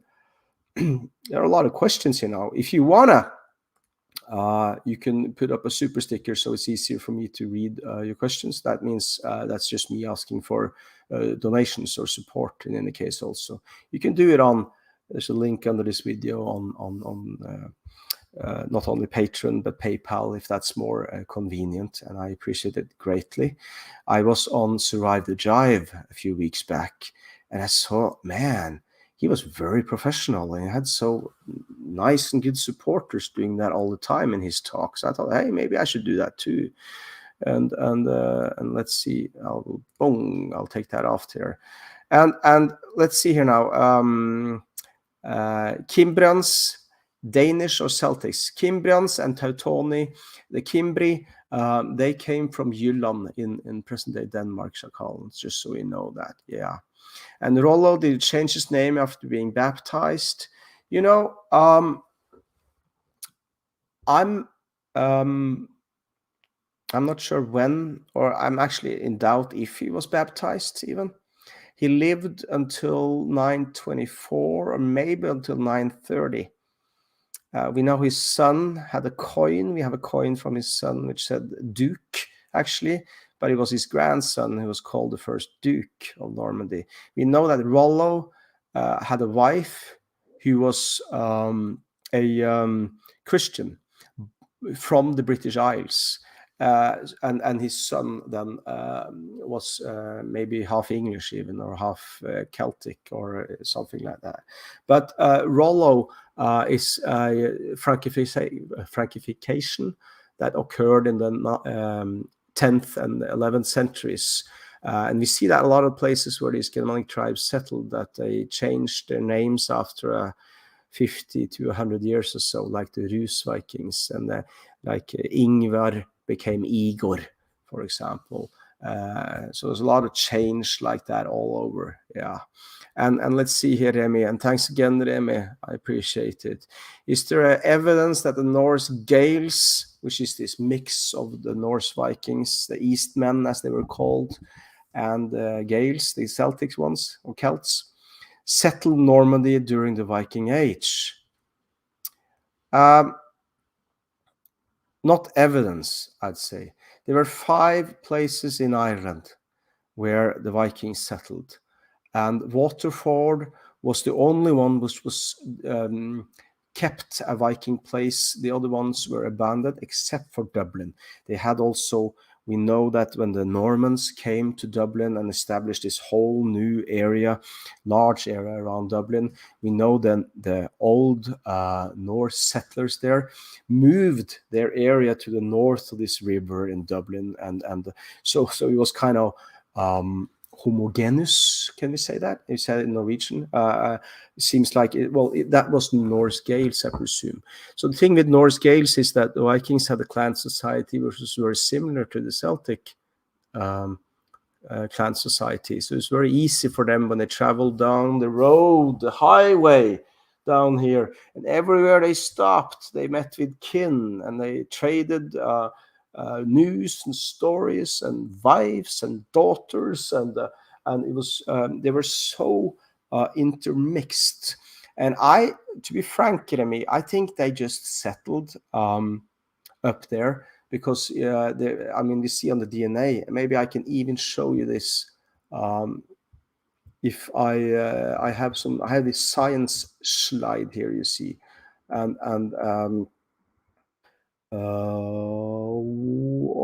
or maybe I no. Let's see. I'm not going to do this in the live stream if I'm not prepared for it. But no, sorry, I can't. The UK Biobank released some really interesting and cool DNA results from present-day British, and I just found it now. So let me just take up this for the I1s. The eyes have it. Let's see. Here we are, where you can. I'm clicking here now just to take up something to. Yeah. I will share my screen here and put up this. There we go. I presume you can see this, Remy, and I have to hide your comment there.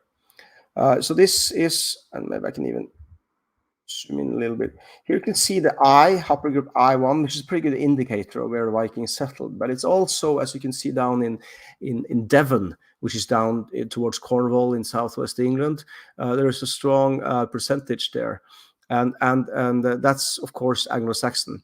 So and the same goes for Norfolk. Did I say that right? I didn't say that foul word now. It's Norfolk.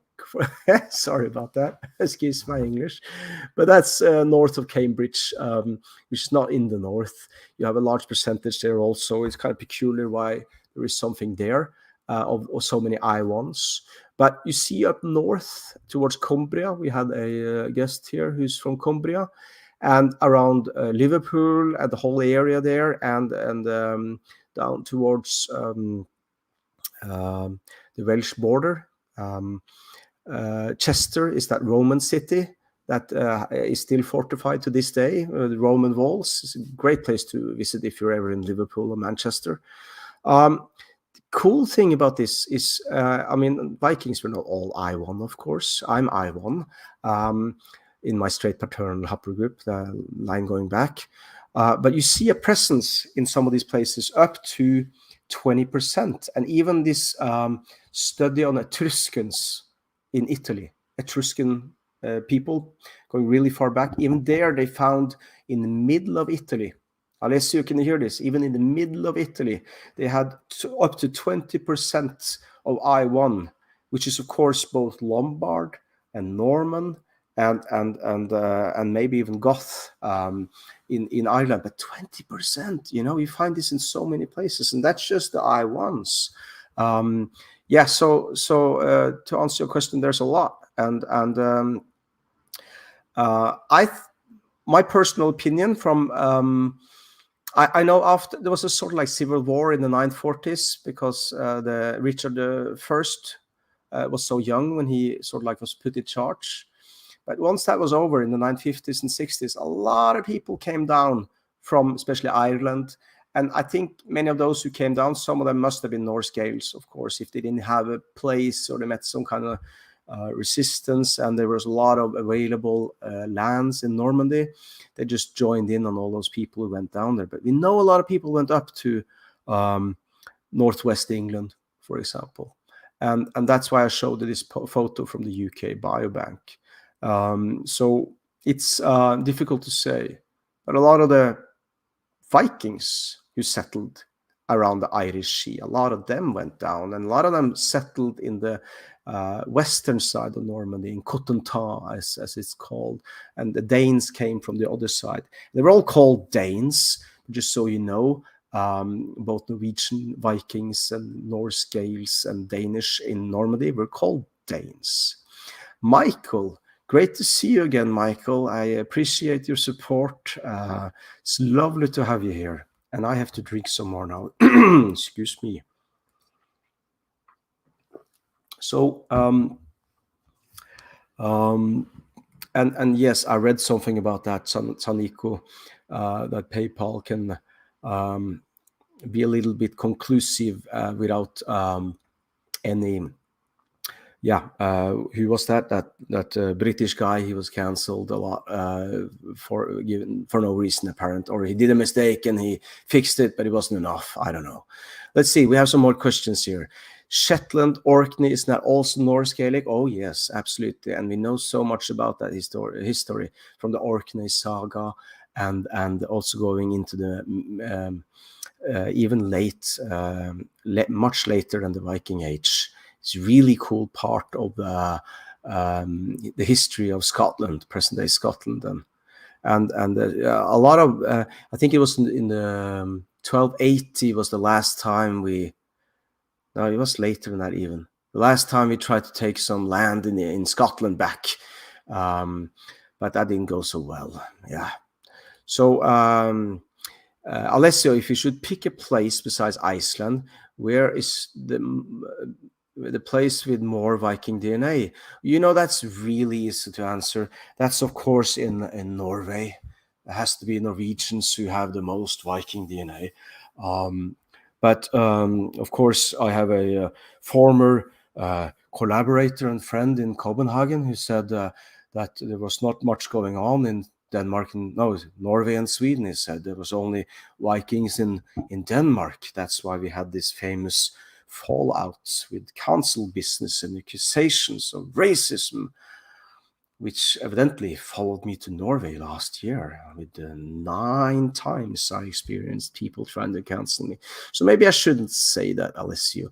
But I mean, if the Vikings came from Scandinavia, of course, that's where you find the most concentration of it, unless there's been a lot of migration into Norway and Sweden and Denmark, and that's something that has existed in recent times, yes. But if you go outside of Oslo, especially if you go up north in Norway and north in Sweden, it's pretty much the same as it's been for centuries. And you know why? It has to do with something that's how far north we are in I mean, it's just crazy how far north we are. Maybe I can, no, I can't do that. I was gonna, nope, that didn't work. Yeah, I was going to show a photo from up north in Norway, but I was trying to be a little bit better at this than I am, and it's been a long time since I did a live stream. Maybe I should do another one. So how are we on time now? I think this time 9 is an important number, Art, by the way. Yes, and 9 was really, really important to Vikings, which is made me think about what time it is now. And you know, it's kind of cool. Does anyone of you remember that? What's it called with these circles? The Sado circles, is that what it's called? When they have these constellations coming back and forth, they rotate every 18 years, or actually every 9 years for half a rotation. So it's possible to predict you say constellations, or you know, when the moon comes in front of the sun.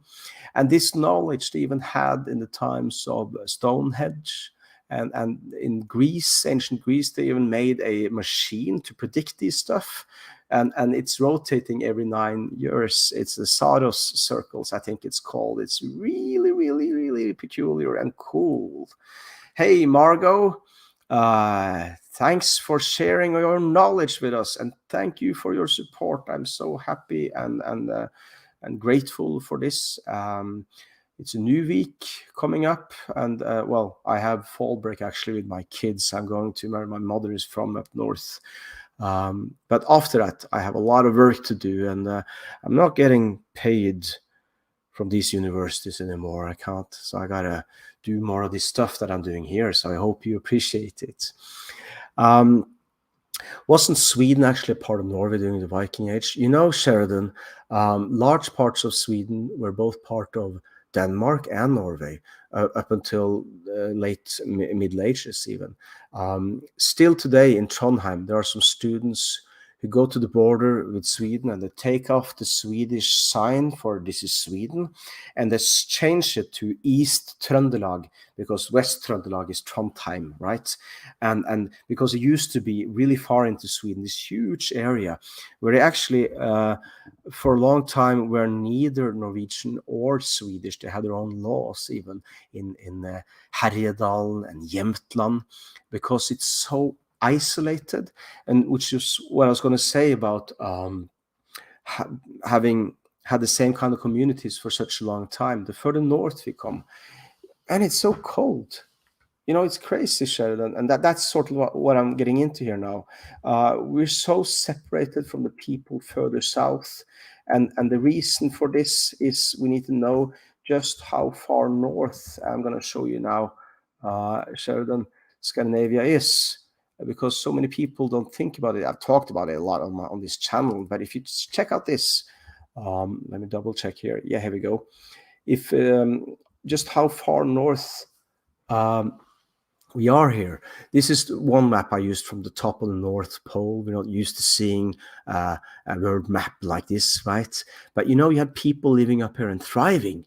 You know, even 9,000 years ago, they used boats out to 50 kilometers in open sea. I mean, they had to be advanced to do that. Just check out this map. You can see here Norway on the right there in green, and you see almost half of Norway is, if you turn the globe upside down, is, you see the Arctic the Arctic Circle there now. Here's the Arctic Circle around the South Pole. So almost half of Norway is if you turn the globe around, in Antarctica, and that's something to think about. And there's another.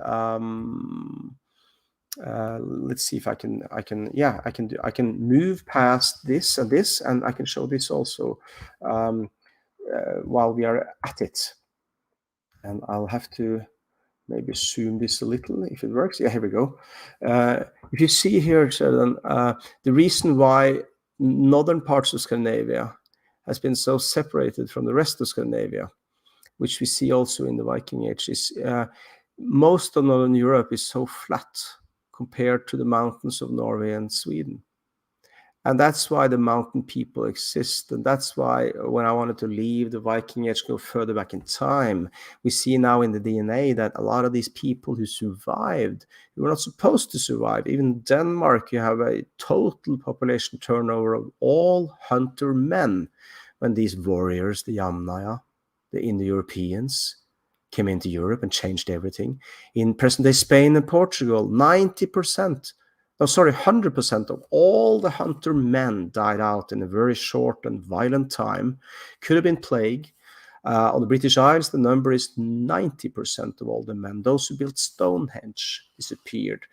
But not so in Scandinavia. And it has to do with fair skin and the ability to survive with little sun. This is why I say trolls are real, because they were tall, we know that, and they were must have been pretty good at surviving when they met these warriors. And they also were warriors themselves, because the first farmers who came to Scandinavia, they also suffered a population turnover from these hunters. So it was a very violent time. And this is why if you saw that map with these mountains, to go down south along the coast of Norway was really dangerous, especially out here where it's blowing with gusts of storm at the moment. So what they did was that when they came with all these good resources that they had there, with lots of sea mammals and oil that they made, and after a while lots of iron, when they came down to just before Trondheim, Værnes, Frosta, it's called, then they went straight east into Sweden. And so this is why it's all got to do with trade, and that's why this huge area used to be a part of Norway also, which until the 17th century even. And down in southern Sweden, a lot of areas in the western part there were part of Denmark, and that's where you have Bøyolf and that strong connection with Sutton Hoo. I hope that answered your question there. Harry Parrott, thanks for your donation. Did the Danes who invaded Normandy and intermarry with the Franks keep their Viking ways? Like, and your forefather is Siegfried the Dane, Count of Guinea. Sorry for my French there. I don't speak very well French. I understand French a little bit. So all these Danes who were both Norwegian and Danish Vikings, some even Swedish Vikings, I'm sure, because we know some of the Swedes definitely went to England also. When they came down to Normandy, they married into the local aristocracy, like all the Germanic tribes did everywhere they went. Same story. And after about 100 years, they were totally adapted to local culture, religion, language, and personal names. But yes, in terms of the Viking names, ways in Normandy, you know, I'm going to talk about Northerners then. Because even the Beatles, I remember I saw this Get Back documentary. They try to talk about, you see, we are Northerners from the north of England, and we are in a different way. And you know, the way they describe is so similar to the way we are in Scandinavia. And I think this is not just a cultural thing, but a genetical thing almost, which is sort of like is intertwined through all the centuries. because we are a little bit similar. I think that's why a lot of Norwegian people every year travel over to Liverpool and Manchester. They feel a lot at home there, not just because of soccer or football. But just like I talked about Norman law earlier in this live stream, absolutely, I'm sure. So yeah. And Andriksen, you're living in the foot of Trollheimen. Oh, that's cool. That's really cool, actually. Maybe we are more Scandinavian hunter-gatherers here. Well, the further north you go, the more Scandinavian hunter-gatherers we have. There's Somal DNA, close to 50%. In Sweden, it is 50% of ethnic Swedes. Hey, I'm happy to help you out there. This also works for the Inner Alps, Mutsuputsu. Hey, I'd like to hear more about that. That's pretty cool, actually. Yeah, and Alessio, it is crazy. They had technology 9,000 years ago, and they worked all along the coast together. Up in the mountains, they got all the minerals from metal that they needed to carve out the skin or the seal. I'm not sure what you even call it, but let's say just say fur, and make boats. Every year they had to make new boats because it held only for one season, and their clothes and everything. Everyone worked together, and it was a very, very strange and advanced community for 8,000 years until these warrior-minded Yamnaya population came into Scandinavia, and the patriarchy and the class society was set up just like the caste society in India. Same roots, and so many things changed. And I think when you see in our DNA, like you, Alessio, in your DNA too, we have a lot from these Scandinavian hunter-gatherers, much more than many other populations around in Europe. And maybe we inherited something from the culture also, like a culture to collaborate.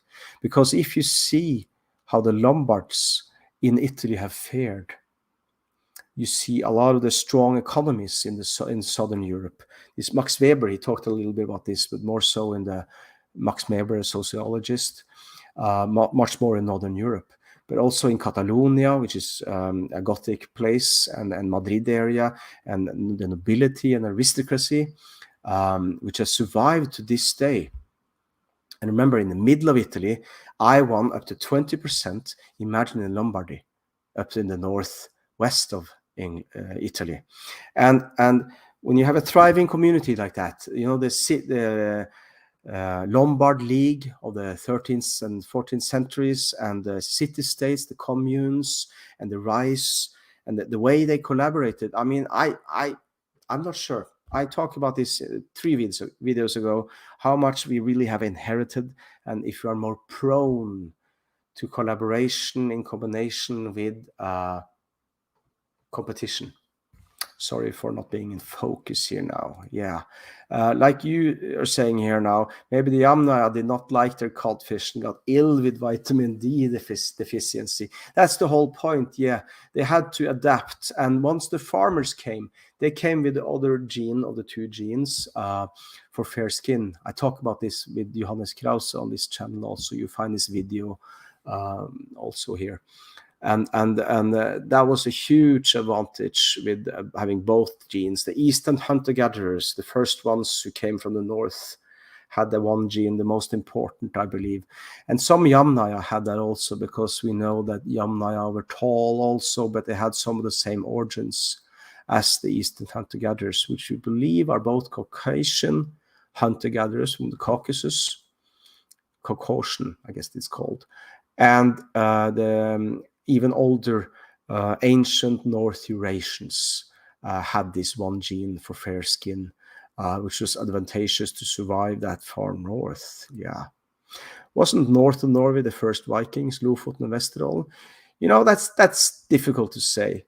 The first Viking raids that we know of now were in the 740s, 50 years before Lindisfarne, going east in the Baltic.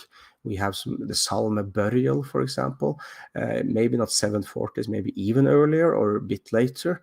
But they were mostly from Sweden, the middle of Sweden. But they went out in many directions and for many reasons in the start, right? So let's see here now. I'm looking through here now. If there are a lot of comments here, and I kind of like all these comments here. It's quite funny to read, and I'm very happy that you were able to discuss and stuff between yourselves as in addition, you know, like this. And Talve Kuningas, you have a question. You know any interesting stories in regards to Viking activity in Estland, Estonia, and how these societies got along? The islands there, it's called Saaremaa Island now, but to Norse it was Eisysla. You know, there are a lot of writings about that. Snorre also wrote about many Vikings going that directions, and we know a lot of people went from Scandinavia to there, but the story afterwards is so complex, so it's difficult to say. I mean, even up until recent times, especially in Latvia and even in Belarus. I mean, it's so complicated with the Slav question, which came, which is connected to this. And we know the origin stories of the Rus Vikings are seemingly more correct now than we thought about them just a few years ago. So that's kind of cool.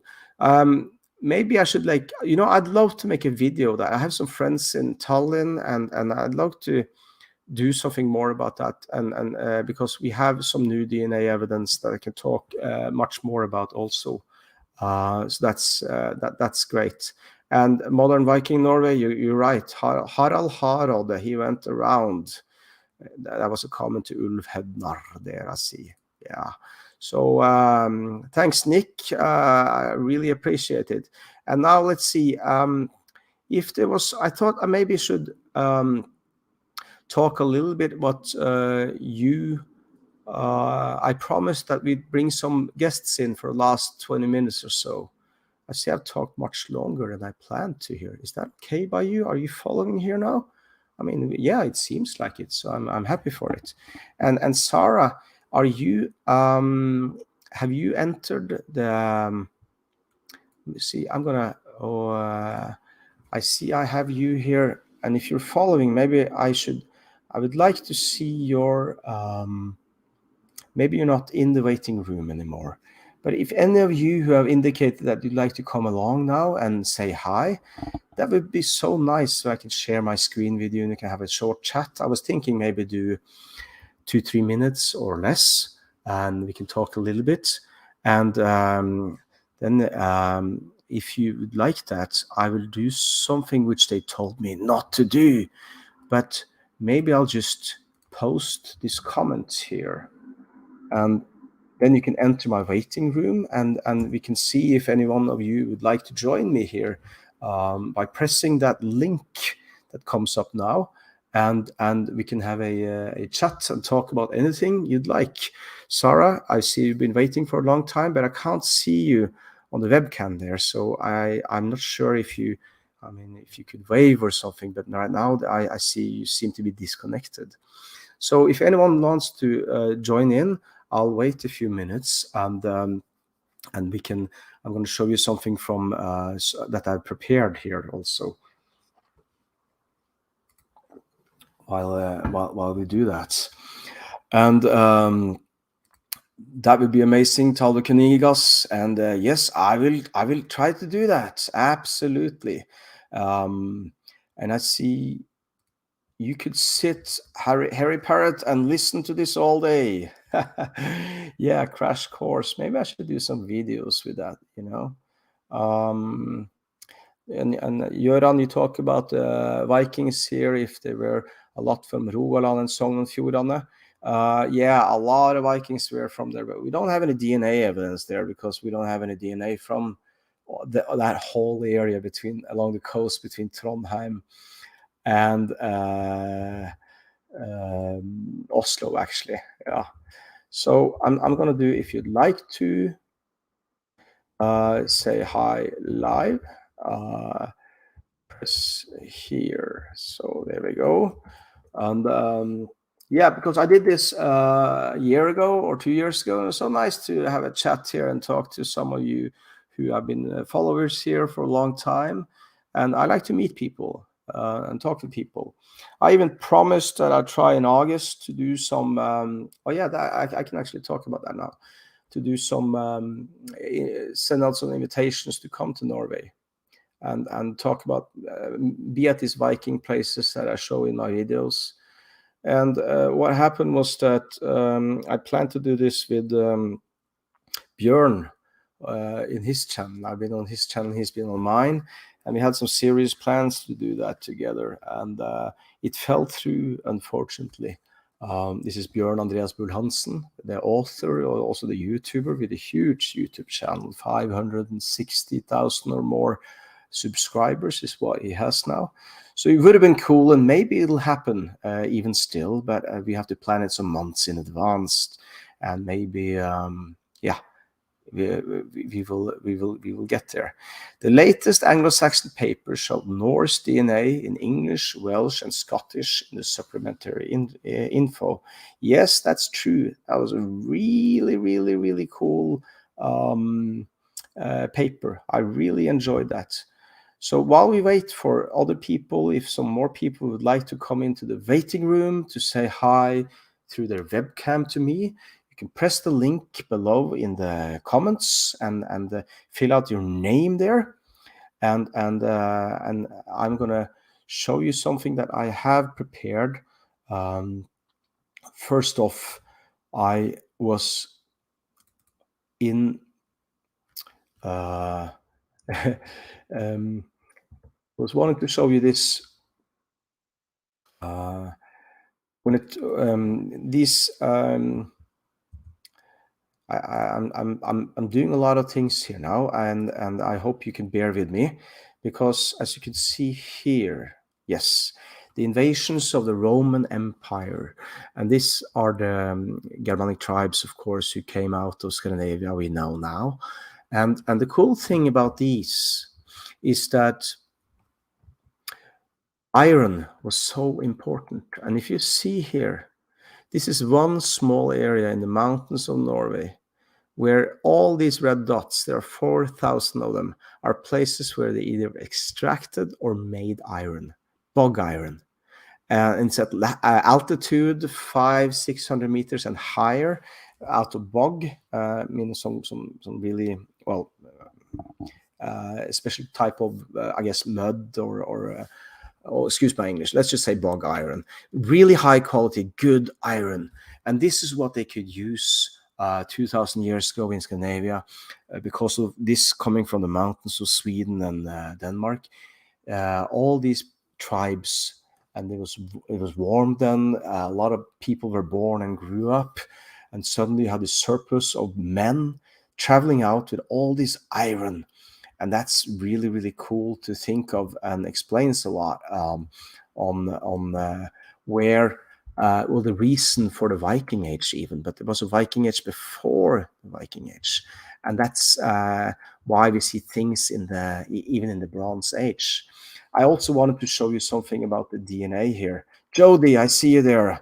I'm going to take you in just a second. I just wanted to show on the same topic here.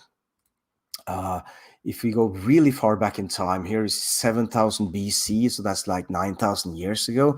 But I mean, this is not correct, but it's simplified, very simplified, with a distribution of men and their haplogroups around in Europe, and the speculation about the I1 being eastern hunter-gatherers coming down from Norway, from the north there. But what's interesting is people tend to forget how people see history. They think about this, where you see on the right here, it says 12,000 years ago, and then suddenly you have the Mesolithic and the Neolithic, meaning spread of farming, and the Bronze Age. It seems like all these time periods are similar in proportion, when they in fact are not, because this lower red here, where it says the Upper Paleolithic, it's actually really long. So you can see here 12,000 Ka, 12,000 years ago, on the left here, and it goes 8,000 years into the Neolithic, until the first invaders and the warriors came. It's really, really, really interesting to think about the proportion there. And when we have so much of their DNA in us, have we inherited more from them? That's what I'm curious about. Jody, let's get you in the stream here. Can you hear me? Yes.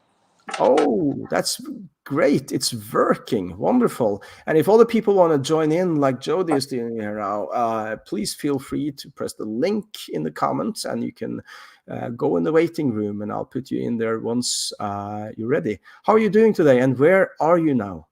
I'm in Georgia in the United States. Great. Wonderful. I didn't know I had people in Georgia following this channel. Have you been following Viking Stories for a long time? Yes, quite a while. I'm a member of your Patreon, and I've been following you for about a year now. Yeah, that's great. I was happy when I saw your name come up. Yeah. I wanted to get involved with your family tree DNA research as much as possible.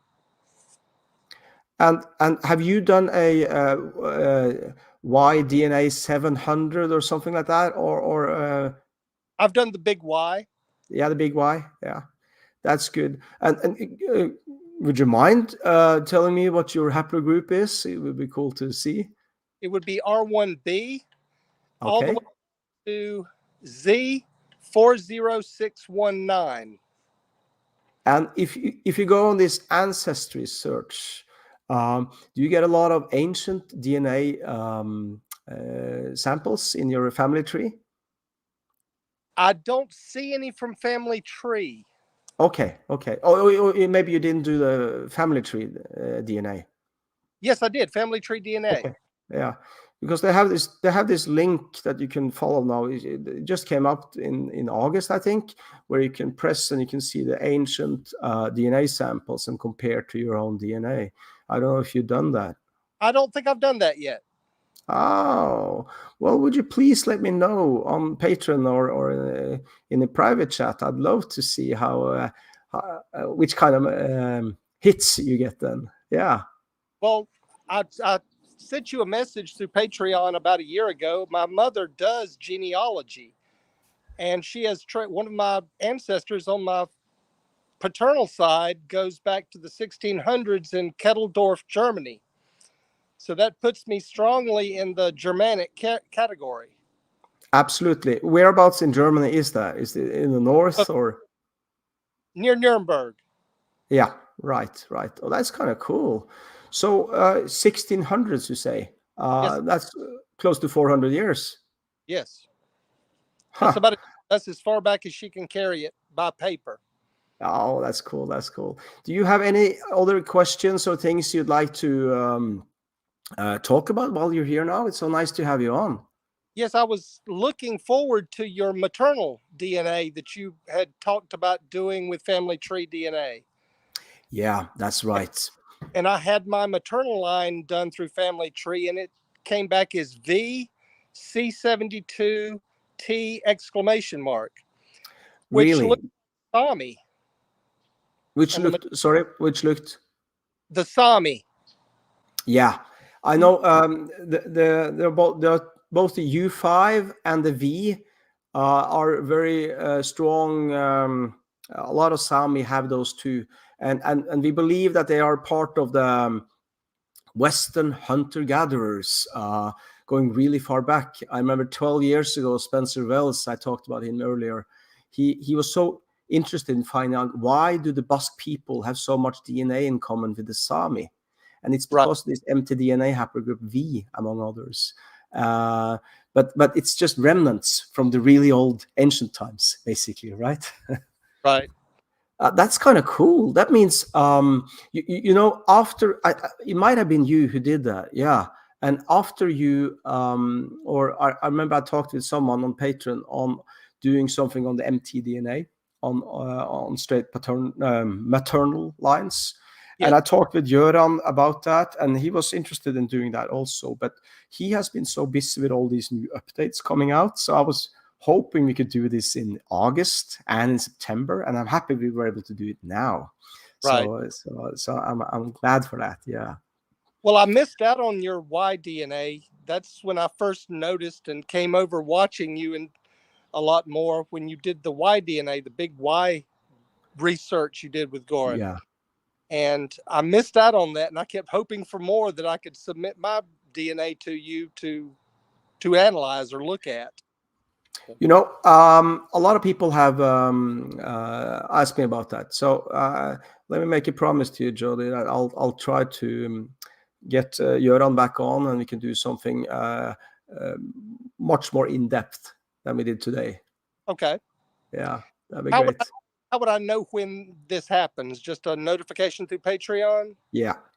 I'll make sure that you are. I don't have that too many people on Patreon, so I'll do it there, and also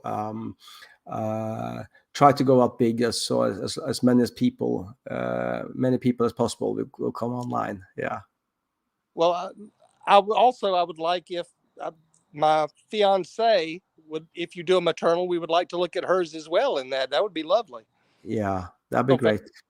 We can try that. Sure, that'd be very interesting. Is this someone you are planning family with also? So you're going to unite the two family lines? Well, unfortunately, we're a little old for that. Yeah. Oh. Well, it's interesting with mtDNA because you have this recombination, right, in DNA. So the straight paternal line is the same as the father, more or less, just to simplify. But the mtDNA that you inherit can come from your closest mothers, so to say, in your family tree, not just the same as your mother. Yeah.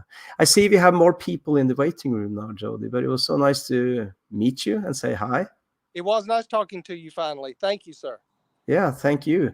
And do take care and have a great Sunday in Georgia going on. It's getting late here in Norway, so take care, yeah? Yes, sir. Bye-bye. Bye-bye. All right, that worked really fine. And thanks, Mark. I'm happy that this has worked out, and I was hoping you would be following this. I see we have Göran here also, and Sarah, I saw you quickly in the waiting room here. So if you want to join in on the stream, it'd be lovely. Oh, there I see you. So Göran, if you wouldn't mind waiting a couple of minutes, I'll do Sarah first because she's been waiting for so long. I see a thumbs up there. So and Remy, before you come on, Sarah, I'm just gonna, since Remy put up a super chat here. Have you seen Origin Hunter DNA research from years ago making Rollo Danish with Norwegian ancestors?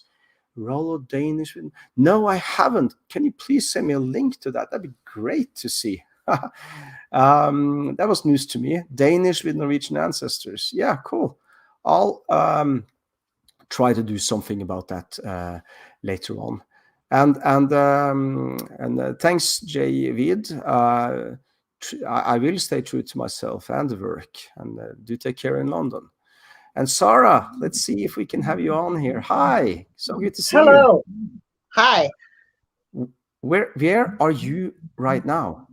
I'm in the United States. Right, whereabouts? I'm in Minnesota right now, but I'm originally from California, and I'm happy to be here. Hello to everyone. I was not expecting to be on camera at all. I'm in my Sunday pajamas, but that's okay. This was such a nice conversation, and I wanted to say hello. And I did recently join Patreon, and I'm learning how to use it. I'm not terribly good with the technology, but I will definitely be contributing some. My family, we are from the Netherlands, and we came to the United States in 1624. So the first group of people, and the paternal line is IM253. And we trace that back to the 1200s. And then there's a gap of about 200 years. There is a family from Normandy that was associated with a castle and the Dumoulins, and they ended up going to Italy.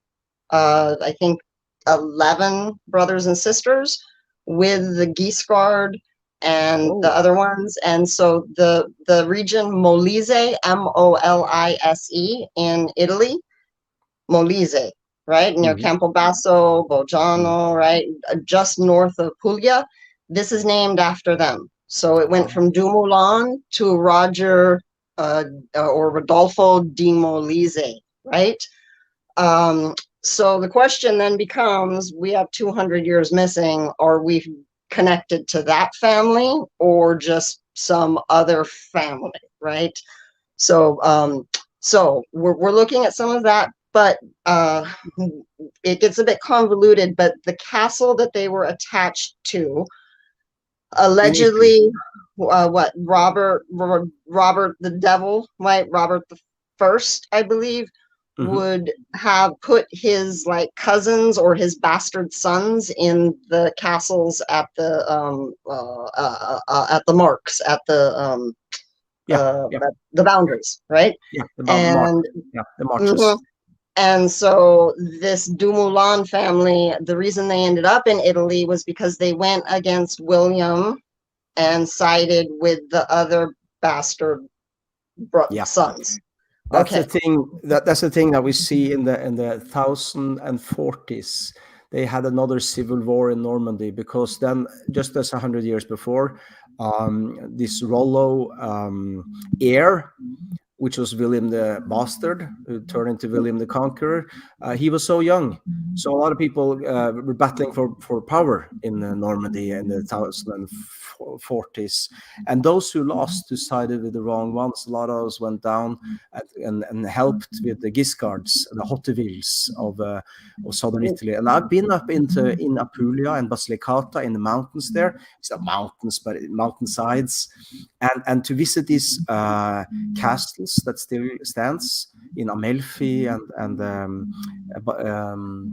Venosa, for example, all built by these Normans, and they had their people who were going on crusades, but also pilgrimage, came through there. It was very, very popular, and even the people on Sicily were having their the Normans on Sicily went up there in the summertime when it was too hot in Sicily. They would love to stay up there as a summer residents. Many also did. So it was a really amazing time. And Sarah, do you know that 10% of the population of Holland or the Netherlands is actually from Norway? I wouldn't doubt it. It's close. Yeah, because a lot of the first settlers of New Amsterdam were people who have just arrived to Rotterdam and Amsterdam from Norway, because the Danish king needed so many resources from Norway, and especially timber, that they sold through Netherlands. So a lot of families all around the coast of Norway just joined in on the ships going to Holland. And the Danish king had to impose death penalty on people who tried to migrate, because 10% of Norway's population migrated out. Almost the same number of Huguenots who came to the Netherlands. So so there's a lot of similarities here, but it's difficult to see in the DNA just because they have mixed some. I mean, these are the Germanic tribes, right? So yeah. So. I do have one question in particular, and it's from this Rodolfo di Molise, that apparently for the last 20 years, they've been having a yearly, week-long heritage festival in Molise, right? And they dress up in the old Norman Knights regalia and retell the story. I'm wondering if you have, allegedly they have found the bodies of that whole family in the cathedral there, and I don't know if any DNA is being done on that or if anything can happen. And the reason why I'm so interested in it is because of this, because the original castle that they were at in Normandy, when that was taken away from them, basically another set of relatives were given the castle, right, as punishment.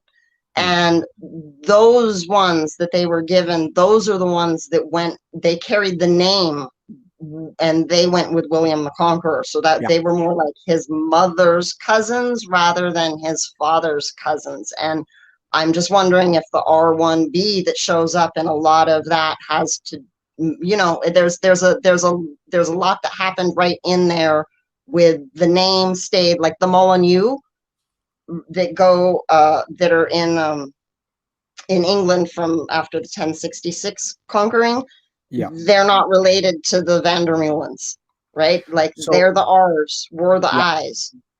Yeah, so it's difficult to be very concrete about this because as I mentioned, I've been there, but I've been there because I did excavation in Venosa. Very similar families buried there, 4 brothers, and that's I'm pretty certain that's the only excavation that's been done. I spent 7 years also trying to get that done, but we failed to find some sufficient or good enough preserved DNA. Okay. And that was such a disappointment for the people locally Sure. in Basilicata that it's been very difficult to do something more with them. I wish we had some success, then we could continue like with your presumably family down there. That'd be great. Yeah. So Sure. I hope things will change. But I know a lot of like the Italian the geneticist I talked about. He's a great guy, and maybe he's been working with Lombards and earlier Germanic tribes. But maybe he can be interested in moving up in time to the Viking Age. I hope so, to the Norman period. Yeah. Okay. So right. Well, I thank see you so Göran is much. waiting here now. So I hope this was sufficient, and it was nice anyway to say hi. I've been in Minnesota also. I've been visiting Sons of Norway, this great organization that they have all around in the US, and it's great to see the heritage from Scandinavia being well kept in Minnesota also. All right. Thank you. Thank you. Take care. Yeah. Goodbye. Bye. All right, and I will try to bring in Göran now if you're ready. Let's see. And Lady Liberty, you're here also. And yes, we are, Lean Gordon, I almost read towel. I thought you said something, did the Vikings bring towels? And suddenly I was in one of my experiences, close encounters with Douglas Adams and his Hitchhiker's Guide to the Galaxy. If they travel along the African coast, yes, we know about some people who went down to visit, they called them the Blue Men. That was the in the original sources, people in Africa. We know they traveled down there. I went into Morocco to look for the Vandals, and I met so many people up in the mountains there who were blonde and blue-eyed and very curious on where their golden beards came from, because they said, we don't look African. Where are we from? And Vandals, that's the word vandalize, that came from when they sacked Rome in the year 455. Hey, Göran, nice to see you. I took you in here now, just maybe a little bit too quick. How are you? Yeah, I'm fine. Yeah. So you're Norwegian, I'm pretty certain, right? Yeah, I'm Norwegian. Yeah, I can hear it on your great Norwegian English dialect. Very proud. Yeah. Where do you live, Han? Now I am in Bergen, but I am from Levanger. Ah, okay. So that's a little bit north of Trondheim. And I think Levanger is a really, really cool place in Norway, because I talked about this when before the Viking Age, when all the valuables, the resources up north came down just south of Levanger, really close actually, and down to Varnes. But there were more roads going through the mountains into the Baltic Sea, and that's where they had all the amber, right? That the Romans were so interested in. So it's a great story to be there. But you live in Bergen now, which is south of me. So I guess you have some winds and storm tonight as well. It's a lot of rain. It is, definitely. Yeah. Well, wonderful. Do you have a question or anything you'd like to talk about? No, I just wanted to say how are you really, but yeah. Well, that's great to hear. And I have taken some DNA tests, and I think I was Y1A, something like that. So yeah, I1 or R1A. I, yeah. It's the I's have it. I always like to say that from the English, but then you are the same as me, I'm pretty certain. And I even have some relatives in Trøndelag, which is maybe we got some descendants, but that's also the coastal community, right? Yeah. Well, that's pretty cool. Are you often in Levanger? Yeah, that's my home, so I go there. Very much, yeah. Okay. Well, it was great to meet you, and let's stay in touch. I believe I have actually several Göran people who are on this channel, so I'm not exactly sure if you are one of them, or have you been following this channel for a long time? Yeah, probably a year, I think so. Oh yeah. Okay. Good. Cool. Yeah. Well, let's continue to stay in touch, and maybe if we do that meeting with Viking Stories Clan people, you can come to Norway. We can have a gathering together in one of these sacred ancient Viking places. I'd love to do that. I was thinking about far til fots, eller what's it called? Fotefar. Fotefar, yeah. But I know you had one Far til lecture fots. there, so I thought about that, but I didn't. That was a pretty cool experience. That's what I want to do more, but in Norway. Yeah. So that'd be great. Well, wonderful. I'll take the last few questions here before I take a night, because it's almost midnight here. I was only going to talk for 1.5 hours, but I don't know what happened. But it's so nice to talk to everyone and also to you, Göran. So thanks, and have a good night and sleep well. Yes. Hello. I know. All right. And Luke and Mom, you just joined. Oh, that's wonderful. You know, I'm wrapping up here now. It's been great, and I hope people have learned something maybe. I always like to learn new things and stuff. And oh, Lean Gordon, you are here. Wonderful. The Viking DNA on the Canary Islands, the Guanches. Yes, I was there even on the Canary Islands, which is really, really far down there. You know, in Madeira, let's see there, and Azores. They even found traces of Viking there in the Viking mice, because they took DNA of the mice there, and they found them that the Vikings were on these islands, and they had mouses, or mice it's called, on their Viking ships that went ashore, and they find DNA in them, Viking mice on the Madeira and the Azores. But on the Canary Islands, we were looking for the same as the Berber tribes, and we found some of the oldest people there, the Guanches. One was called the German because he was so blonde, and we took his DNA. It was really cool. But this was really early. This was all the MT DNA, and we found a lot of Celtic. Going really, really, really far back in time. Hey, Light Mitting, your ancestors were on the same ship to New Netherland in 1624 as our guest here before. That's great to hear. Wonderful. And you have Dunlop clan, Karsten. I know that's actually really, really cool, going really far back also. Hey, Wade. Hey, no worries that you came in late. I'm actually wrapping up now. So you've been following us for about 10, 12 minutes, I see. And about this notification thing, Helalan, I think it's really weird what is going on, but I understand a lot of people who view this can also change their notification settings so they can get more notifications also. So, well, yeah. Well, anyway, and Kenneth, thanks for having us here, for joining us and being part. And I1 from Canada reporting in. Wonderful. I see there's still a lot of people watching now, so this is just great.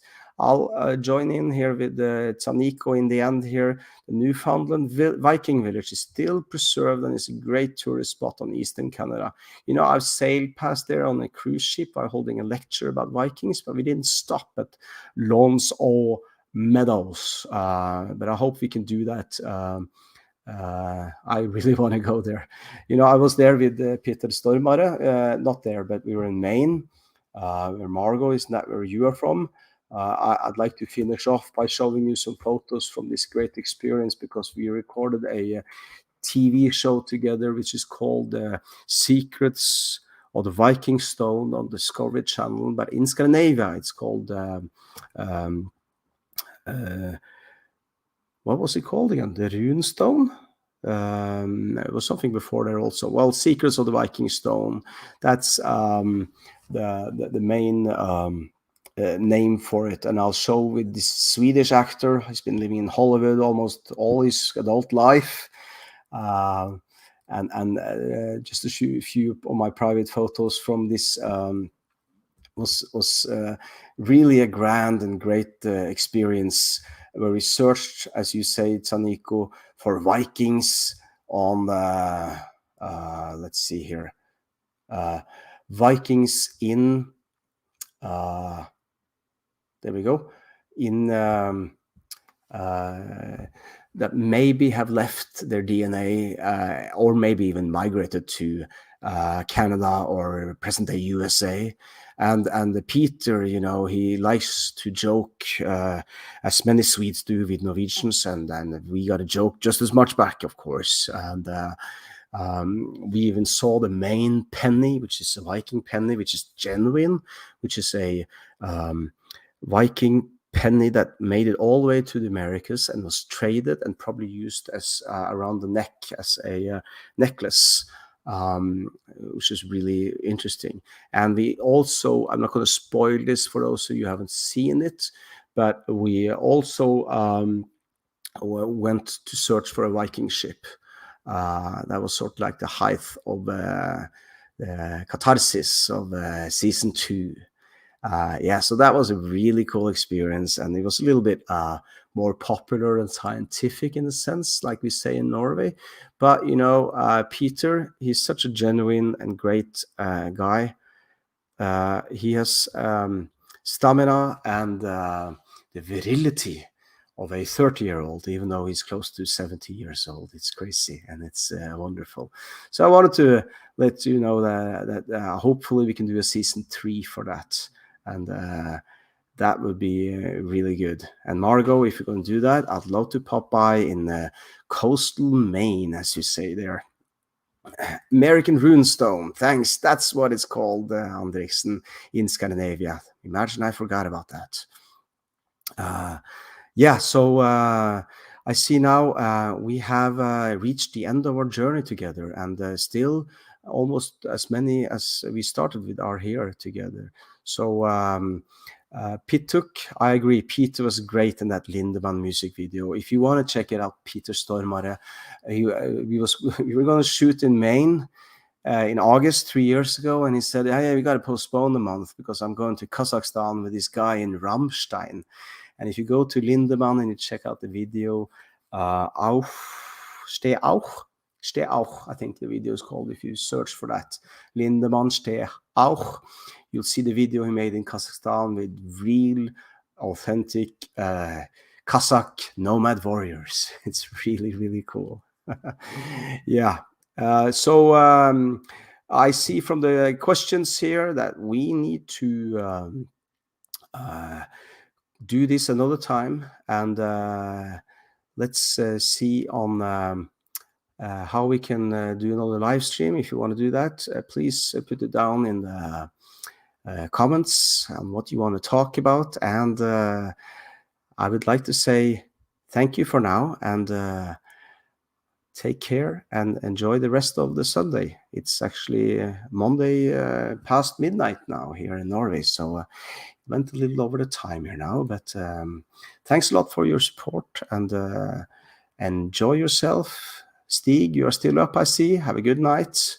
Margot, enjoy your Sunday evening in Maine, and let's talk more soon.